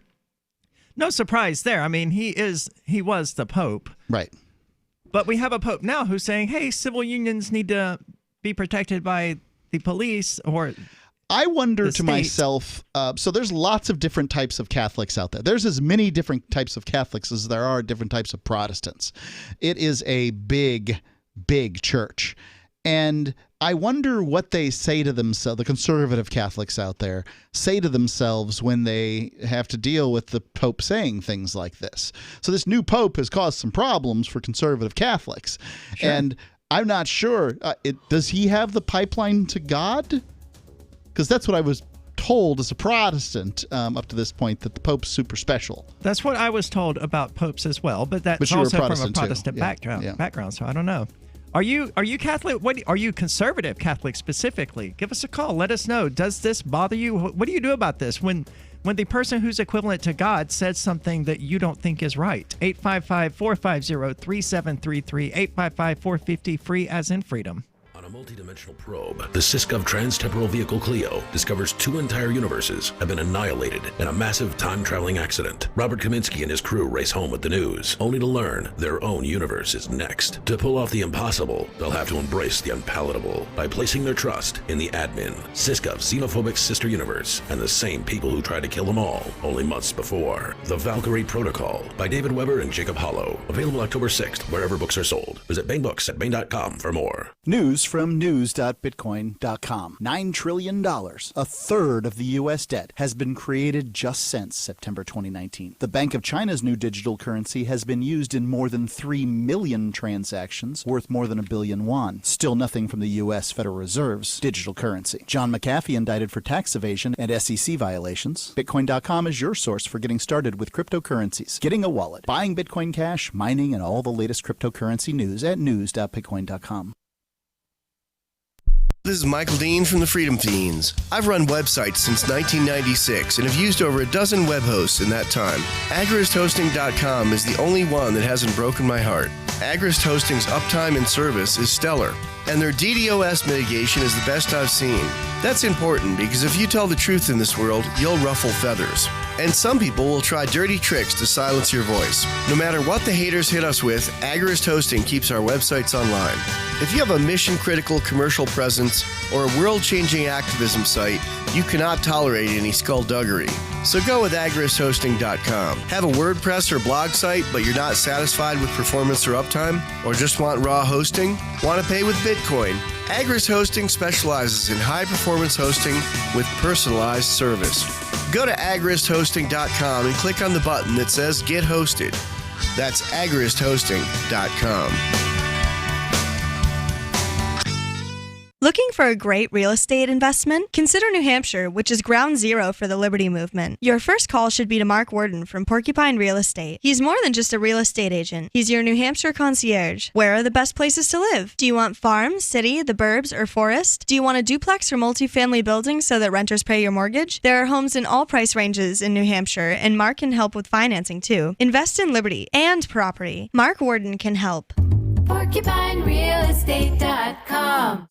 The LRN.FM social media channels have been revamped. We've eliminated Facebook and focused on other platforms like Twitter and Mastodon, the decentralized alternative to Twitter. On our accounts, you'll find posts from multiple LRN.FM show hosts together in one place. Follow us on Twitter at twitter.lrn.fm, or better yet, move to the decentralized Mastodon social media platform at toot.lrn.fm, toot.lrn.fm. I think you'll like it. We have some good news. The indictments against Ross Ulbricht in the District of Maryland were dismissed with prejudice, meaning they can never be refiled. This is especially good because those indictments contain the only charge ever made that Ross engaged in murder for hire. This was a serious allegation that Ross Ulbricht denies. It was never prosecuted or ruled on by a jury, but was trumpeted by the federal government and the media as if it were proven fact. The Maryland court held these indictments for almost 5 years, poisoning Ross's case and leaving him under a cloud of unproven allegations. As explained in Ross's appeal to the Supreme Court, the fact that the judge used these allegations to give Ross a draconian sentence of double life without parole violated his Sixth Amendment right to a jury trial. Judges are required to issue sentences based on convictions decided by a jury, not unproven allegations never even charged at trial. Although this is a positive development, the dropped indictment will not set Ross free. Now, a presidential pardon is Ross's only hope of freedom. Sign the petition at freeross.org. freeross.org.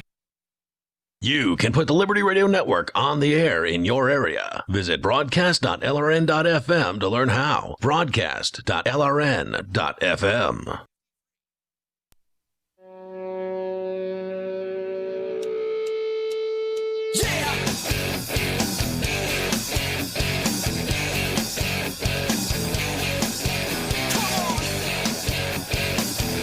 It's Free Talk Live, talk radio that you control. The only show where you can call in and talk about anything that's on your mind. 855-450-3733, 855-450-FREE, as in freedom. With you tonight, it's Aria.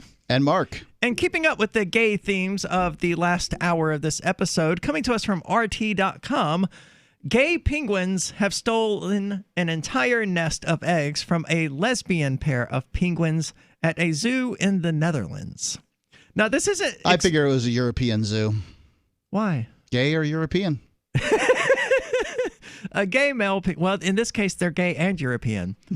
A gay male penguin couple in a Netherlands zoo have brazenly stolen the eggs belonging to a lesbian penguin couple in their desperate bid for parenthood. I love everything. Just the concept of gay and lesbian penguins is just... It's just amusing to me. I mean, I've heard about a lot of gay penguins. Yes, it's not uncommon. It's not terribly uncommon. And I don't know what gay means for penguins. I mean, if they just like each other, I'm not sure. They hang out. Oh, penguins mate for life, don't they? I think that terminology is overused in the avian community. Okay. I don't give it that much thought. Yeah. The gay couple, which was previously caught nest lifting a single egg last year, made away with the whole nest this time around. It turns out to be a very determined couple. Zookeeper Sander Drost said the two hopeful fathers-to-be are now taking shifts, sitting on the eggs to keep them warm and foraging for food. It sounds like they stole the wrong eggs, though. Why? They stole them from lesbian penguins. Well... Yeah, unfortunately. I don't know how penguin sex works, but I have an idea about how other animal sex works. And sure. And lesbians don't tend to have babies on their own. Yes, unfortunately, the eggs are unlikely to hatch, as they may They not. probably didn't go to a sperm bank and get some penguin sperm and fertilize their eggs. Well, they were laid by a lesbian couple, so they were probably not fertilized. Yeah. So these gay penguins are wasting their time. Indeed, the duo's egg egg heist last year ultimately failed as it did not produce a chick. Homosexuality is fairly common in penguins, but what makes this couple remarkable is that they have gotten hold of an egg, said another zookeeper. The gay penguins appear to be quite the power couple at their 17 penguin strong enclosure. Okay, so that's interesting. I assumed these people were in separate these penguins. I can't believe I called them people. Were in separate exhibits, and that was why they were tended toward homosexuality and lesbianism in the first place. Because that's based on what I'm about to read, it wouldn't be surprising for that. According to Drost, every other bird couple has one shelter, while the nest hijackers have commandeered two shelters.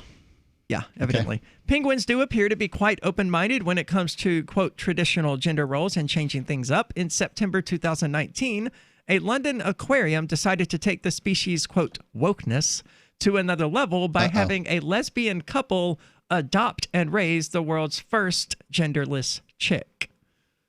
Why is it a genderless chick? I don't know, and they don't specify, and there's no link to the other story. So that's pretty much it. It's just gay penguins stealing eggs, unfertilized eggs, and then laying on them. I mean, it's cute. This kind of just after the Pope story suggesting that gay marriage be come church doctrine or whatever the Pope is suggesting there. It's kind of interesting because this addresses the it's not natural. Right. That's why I went into it for sure. And I mean, but that's stupid in the first place because humans are part of nature. Anything humans do by definition is therefore natural. Sure. Skyscrapers would be natural by that standard. Because we are part of nature. Right. And most animals don't mate for pleasure. At least most female animals don't mate for pleasure. They're not doing it recreationally. Whereas apes, especially the bonobos, they're little perverts. And they use sex for a variety of things, and heterosexual, homosexual sex, I'm talking about bonobos here, for a variety of sort of social functions and these sorts of things. And whatever. I guess, is that unnatural that they're doing it? I just that particular argument isn't valid for me. There's all kinds of reasons. Like if you wanted me to make arguments against homosexuality, I'm sure I could do it. I'm pretty good at making arguments, but it wouldn't be because it's not natural. And on a planet with 8 billion people, who cares if it's natural? I think it's 7 billion. Okay. It may be 8 billion by now, though. It's working on it. But yeah, I never understood the argument that it wasn't natural, even from within their worldview, because as I've pointed out, humans are nature. We are part of nature. Therefore, anything we do is by definition natural, including, as you pointed out, building skyscrapers. So coming to us from the Hill, that was pretty much the extent of that. And Mark, you pretty much picked up on the entire reason I wanted to cover that in the first place. I think that's generally the reason the penguin stories have been trotted out over time. But to me, it's never really mattered as far as the naturalness or unnaturalness. It would seem like the only people you should really care if they're gay or not. I mean, like, oh my goodness, there's gay people in the world, leaving more women for us heterosexual guys? Shocking. Who cares? Well, there are also more lesbians in the world, which in turn reduces the number of women available. I don't feel the competition. So, whatever. Okay. I'm just saying there are probably equal numbers or roughly equal numbers of gay men as there are lesbians. So it probably balances itself out. I don't know. Would you speculate one is more common than the other? Yeah, I would. I would speculate that more women are openly bisexual than are men. But that's because men have a really big hang-up about this, to the extent that they will take part in gay activities and call them things like bro jobs and stuff. Well, I don't know about anything like that, but what I would say is that what we have seen. So I can't remember the Kinsey scale, right? So this is your one sexuality is rated on a scale of, I believe, 0 to 7. Don't ask me why it's not 1 to 8 or 1 to 10. I think we all did that here on Free Talk Live, didn't we? I don't know. Maybe. I think we did. Because this sounds familiar. And I was like right in the middle where one would expect me to be. Right. So men but it's not, tend to cluster around either end of the Kinsey scale, whereas women have a much flatter sort of, clusters. So for women, it's much more about relationships, whereas for men, it's, and it makes sense from a social standpoint. Look, if the social pressure has made you heterosexual for X number of years, the likelihood that you're going to change that isn't strong. I mean, so yeah, I'm strongly heterosexual, but Lord knows why. I mean, in a Greek society in ancient Athens, things were entirely different. You went from what is known in the nomenclature as a catcher to a heterosexual husband to a pitcher, all in the same lifetime, and in that order. The nomenclature now is top and bottom. Okay. Not pitcher and catcher. Fine. It did used to be pitcher and catcher, though, as recently as, a decade probably. Yeah. But yeah, so things change, and I mean, that's the result of the Christian Puritanism. 7.5 billion people. And the takeover of everyone's minds by the Catholic Church. That's why we got to this place. That's why the Greek system and their sexual openness largely died out. Of a whole varieties of societies that don't have Christianity involved in them dislike homosexuality. I'm talking about Western society, though. I understand. Which was heavily permeated and corrupted what I'm telling by you is that culture is culture, and some cultures are going to be anti-homosexual and some are going to be pro, and that's just how that is. And I wouldn't lay it at the door of any particular religion necessarily. Yes, we can say that Christianity by and large in the world is pretty anti homosexuality, and it has a lot to do with the translations that have been kicked out, but whatever. But if the Greek mythology had taken hold and permeated the United States and gotten everyone to be, worshipers of Zeus, we wouldn't have had this 300-year history of witch trials and sodomy being illegal and gays not being allowed to marry or being allowed to adopt, because those are direct actions that were caused by the Puritanism in the United States that was brought here by Christianity. So cultures had a good reason to shun homosexuality for a long time. It's only the 20th century that we got our first, I believe it was the late 19th century, we got the first billion. And so we didn't have enough people in America for a long time, so it made a sense to shun homosexuality. Not sure I agree. What do you think? 855-450-3733. Attention business owners body slammed by overwhelming debt. If your business is in trouble, hassled by creditors, if you're frustrated, finally fed up with big business bailouts while your business has been left for dead, please listen close. There's a brand new fast-track bankruptcy. Some have even called it the biggest small business bailout in American history. Designed for individuals and their businesses. And look, almost no one knows about this yet. My attorney wasn't even aware of it. The truth is, beating the system has never been easy because it's rigged in a sense against the little guy. But here's the jaw-dropping news nobody's talking about. They've literally just changed the system so that you can beat it, but only if you understand how the new game has to be played. Find out if you qualify at pocketsoflight.com. This government-backed small business repair program is still legal, but may not be renewed after the election. Fight back fairly, fight back ethically at pocketsoflight.com. Warning, if you are over the age of 65 and on Medicare Parts A and B, you must listen to this. Studies show that the average Medicare recipient pays more than $5,000 in out-of-pocket medical expenses each year. What is even worse is that sudden health emergencies can cost $75,000 or more and force thousands of unfortunate Americans into extreme debt and even bankruptcy. There is hope. The solution is snapmedicare.com. All it takes is a quick phone call to 800-286-5516 to protect yourself and your finances. Call 800-286-5516 to make sure your Medicare plan includes provisions to cover any gap in your coverage. Whether you have questions about Part A or Part B Medicare, remember and rest easy knowing that your medical expenses are being taken care of with snapmedicare.com. Call 800-286-5516. You and your loved ones deserve peace of mind, and snapmedicare.com will help you get it. Call 800-286-5516. That's 800-286-5516. Join liberty-minded voluntarists, anarchists, and libertarians from June 28th through July 4th for ForkFest 2021 at Rogers Campground in the beautiful White Mountains of New Hampshire. ForkFest happens the week after the Porcupine Freedom Festival, and ForkFest is decentralized, which means no one is in charge. That also means there's no ticket cost.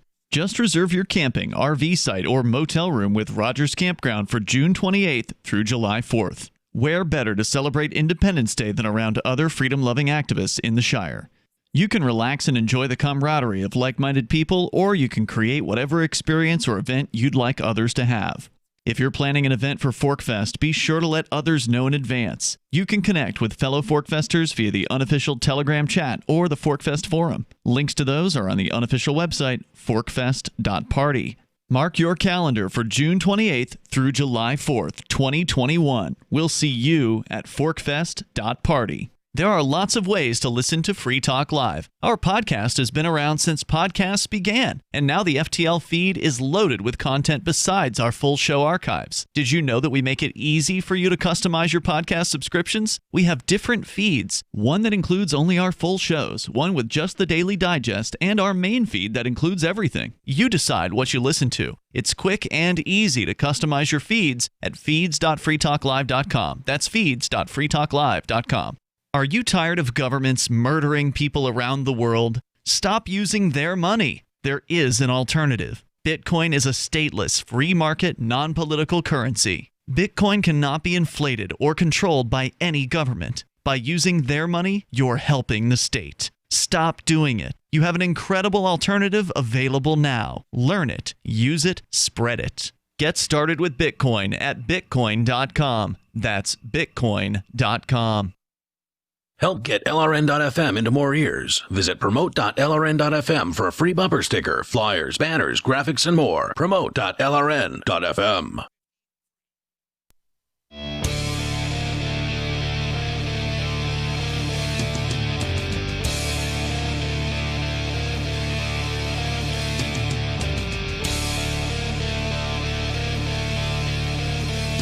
It's Free Talk Live, talk radio that you control. You can call in and talk about anything that's on your mind. If you're quick, you can still get on the air with us. That toll-free number is 855-450-3733. With you in the studio tonight, it's Aria and Mark. And I want to say thank you to David R. Jeffries, who is tonight's amplifier. This means he's a member of the AMP program. You can find out more about it at amp.freetalklive.com. But it's money that we use strictly to advertise, market, and promote Free Talk Live. Basically, it helps us get on more radio stations. So if you like that idea, you might consider joining the AMP program. We only ask $5 per month to be a member. David R. Jeffries is, of course, a gold member, which means he chooses to give $10 per month to the AMP program, and we appreciate that enormously. Thanks for the help. It comes with a number of cool little features like an AMP-only Facebook group, an AMP-only chat on the Matrix server, and other cool little things like that. Check it out, amp.freetalklive.com. David, thank you so much. We hope you continue amplifying the show. And Mark, you're keeping us going with the gay news. Yep. Because we're the gayest show on the air tonight. Well, I suppose that's the case. Hillsborough County Sheriff's has publicized a sex sting. Now, I don't know what a sting is exactly, but we'll figure that out here. A sting that is related to sex, because it sounds very much like sexting. Yeah. Which is the act of texting sexual things back and forth. So we're talking about a sting regarding sex. And the question is, did it target gay men? The men accused of agreeing to have sex in a park with other men who are actually undercover deputies. Experts and advocates say it recalls an era of anti-gay policing. So I would ask, if they do a prostitution sting, does it target Johns? Counter question. Did they have any female deputies reaching out to men to try to get them to have sex in the park? Because that does make a difference. Yeah. If they didn't do that, it is targeting gay men.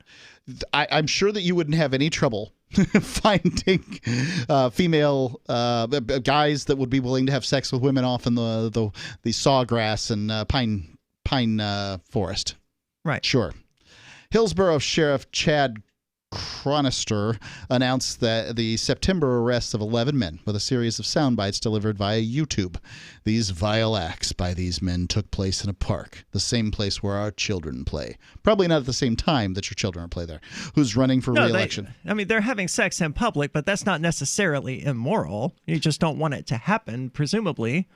And you definitely don't want it to happen in front of your children, which is fine. We definitely don't want that happening in front of children. Why don't they just find a room? I don't know. Maybe there's something about doing it in public. I would imagine that's the case. I don't know. It's not my thing. But I have to reiterate the point here that, they arrested 11 men, all of whom were presumably gay, because they were using men to lure people out there. So it's not a matter of who's having sex in the park. It's a matter of, okay, well, it is probably a matter of who's having sex in the park, right? Like, there's probably not a lot of straight people having sex in the park, and possibly. Certainly not coming there to find trysts. Whereas this is definitely a thing in the gay community, is having a particular place. Psst, it's at the park or it's at the rest stop or wherever. Yes, these definitely exist. And so what they're trying to do is clear out the problem as opposed to luring people in. So, well, if they were trying to clear out the problem, luring people in was a poor way of doing that because that's what they did. They had deputies what else would say, they do? They would patrol the Put park. in sprinklers? Sure. motion detecting sprinkler systems. That would be an excellent way of solving this without committing aggression against people. Motion detecting sprinklers. That's a brilliant idea, Mark. That's why I'm going to make you a deputy. We spray down the dogs whenever they get stuck together. So, yeah. Yeah. Yeah, I mean, I think that this is very tacky behavior.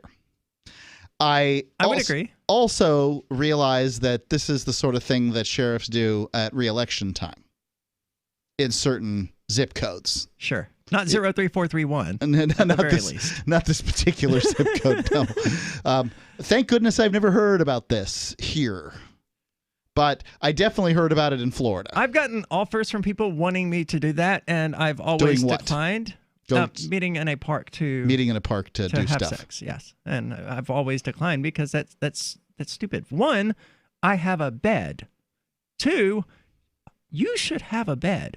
Three, if you don't have a bed, I don't want to sleep with you. Is it the wouldn't part of it be basically presumably if you're looking for a lot of sex partners, perhaps you're not vetting them as thoroughly as you should. Somebody may be coming to your house with the intention of casing it out to see whether or not you have things that they might burglarize later. And maybe this is what they're trying to avoid. I guess. I mean, but they could also just leave a gun laying out. That will prevent guns someone are the from most returning. stolen thing out there in burglaries. Really? Well, not if they know how to use them. That's if you're there. Ah, that's a good point. Yeah, the gun doesn't do anything if you're not there. Well, in that case, you have your security camera and you investigate the matter and you get it accomplished. But that is a valid point. You know, maybe they're not vetting these people as much as they should be. And there's no way really with one of these apps like Grindr or Tinder to really know to do a background check or anything like that. All you can do is casual conversation. Yeah, people like me would say, you don't just hook up with people you don't really know. But people like me would say otherwise. Sure. I get that. That might be something that you do. Have you not? I guess you've not had your place burglarized. You've not had a very negative experience regarding meeting up with random folks on the internet? Oh, I absolutely have. Can you tell me my place has been burglarized, but that was totally unrelated to... Unrelated, okay. But yeah, people were stealing my signs. You're certain that it was unrelated? Yeah, stealing of your yeah, I'm 100% signs. certain that it was unrelated. But I'm talking about because of your trysts.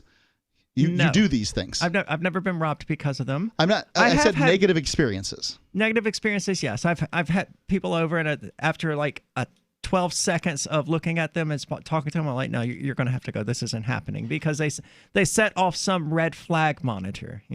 Some sense I have that hey, this person. This is a heroin addict. I don't want them in my house. Yeah, that's the conversation that I wouldn't want to have. Like the reason I, wouldn't even participate in this sort of behavior toward IU is I wouldn't even want to have that conversation of get out. Well, you can have it in polite ways, just like, hey, you know what, man, I'm really not feeling this. I need you to go. And if they don't go, then they're at risk of bodily harm. So usually they prefer to go. Yeah, I mean, I've never had anyone say they wouldn't. So how many people have you kicked out of your house over these sorts of situations? Fewer than a dozen, but more than a few. More than a half a dozen, fewer than a dozen? I don't know if it was as many as half a dozen. It's not like I keep track of this. I don't write down, okay, well, this was a failed attempt. Well, what criteria do you use to allow them to come in the first place? Well, they have to be capable of making complete sentences. They can't just be like, hey, and start sending me lewd photographs. LOL, yeah. Yeah, well, lewd photographs are far more common. Yeah. The bar is much lower with women than it is with men. Meaning? There are thousands of men who are messaging me. Yes. Substantially fewer women with whom I'm messaging. So the bar is lower with women, and plus I prefer women. Are the men messaging you heterosexual or homosexual? I think by definition... That's not a fun question to ask someone this late in the show, Mark. Well, I'm asking. I mean, you got 2 minutes. Is it homosexual to have sex with a trans woman? The politically correct answer is no. My answer is, well, it's at least a little gay.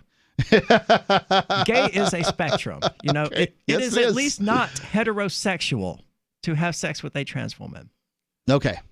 That's my position. All right. People on the left don't like that answer, though. All right. They argue that, you know, a heterosexual man can perform fellatio on a trans woman and that there's nothing gay about it whatsoever.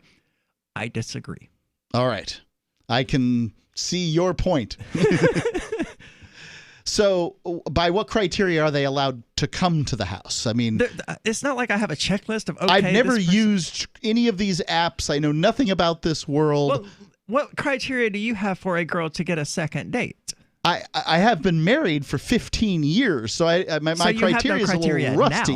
now. To get a second date, I mean, a first date, presuming a first date occurred, then I would know, quite a bit about her, and it would be based largely on her looks. Right? Okay. I mean, there's. Yeah, I mean, sure. I've never I'm not- seen a beautiful woman that was so stupid or annoying that I wasn't willing to have sex with her once. Okay. Now, perhaps I wouldn't lock into a ongoing relationship with her.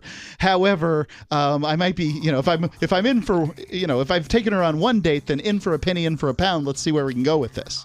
That's largely my criteria for inviting them over. I would consider it to be a second date level of criteria. And the first date, as it were, it happens via texting. It's virtual. So you see pictures, and you said attractive enough and smart enough. Generally. This has been Free Talk Live in a particularly gay episode. Head on over to freetalklive.com. Remember when you first heard about Bitcoin? How long did it take you to realize this little project would soon change the world? Do you kind of wish you had gotten involved sooner? Well, now's your chance to be part of the next revolution in money. Intercoin is working to finally make crypto go mainstream. It's designed to be scalable enough to support everyday payments and even elections without the state. Bitcoin was originally supposed to be a peer-to-peer cash system, the way we would all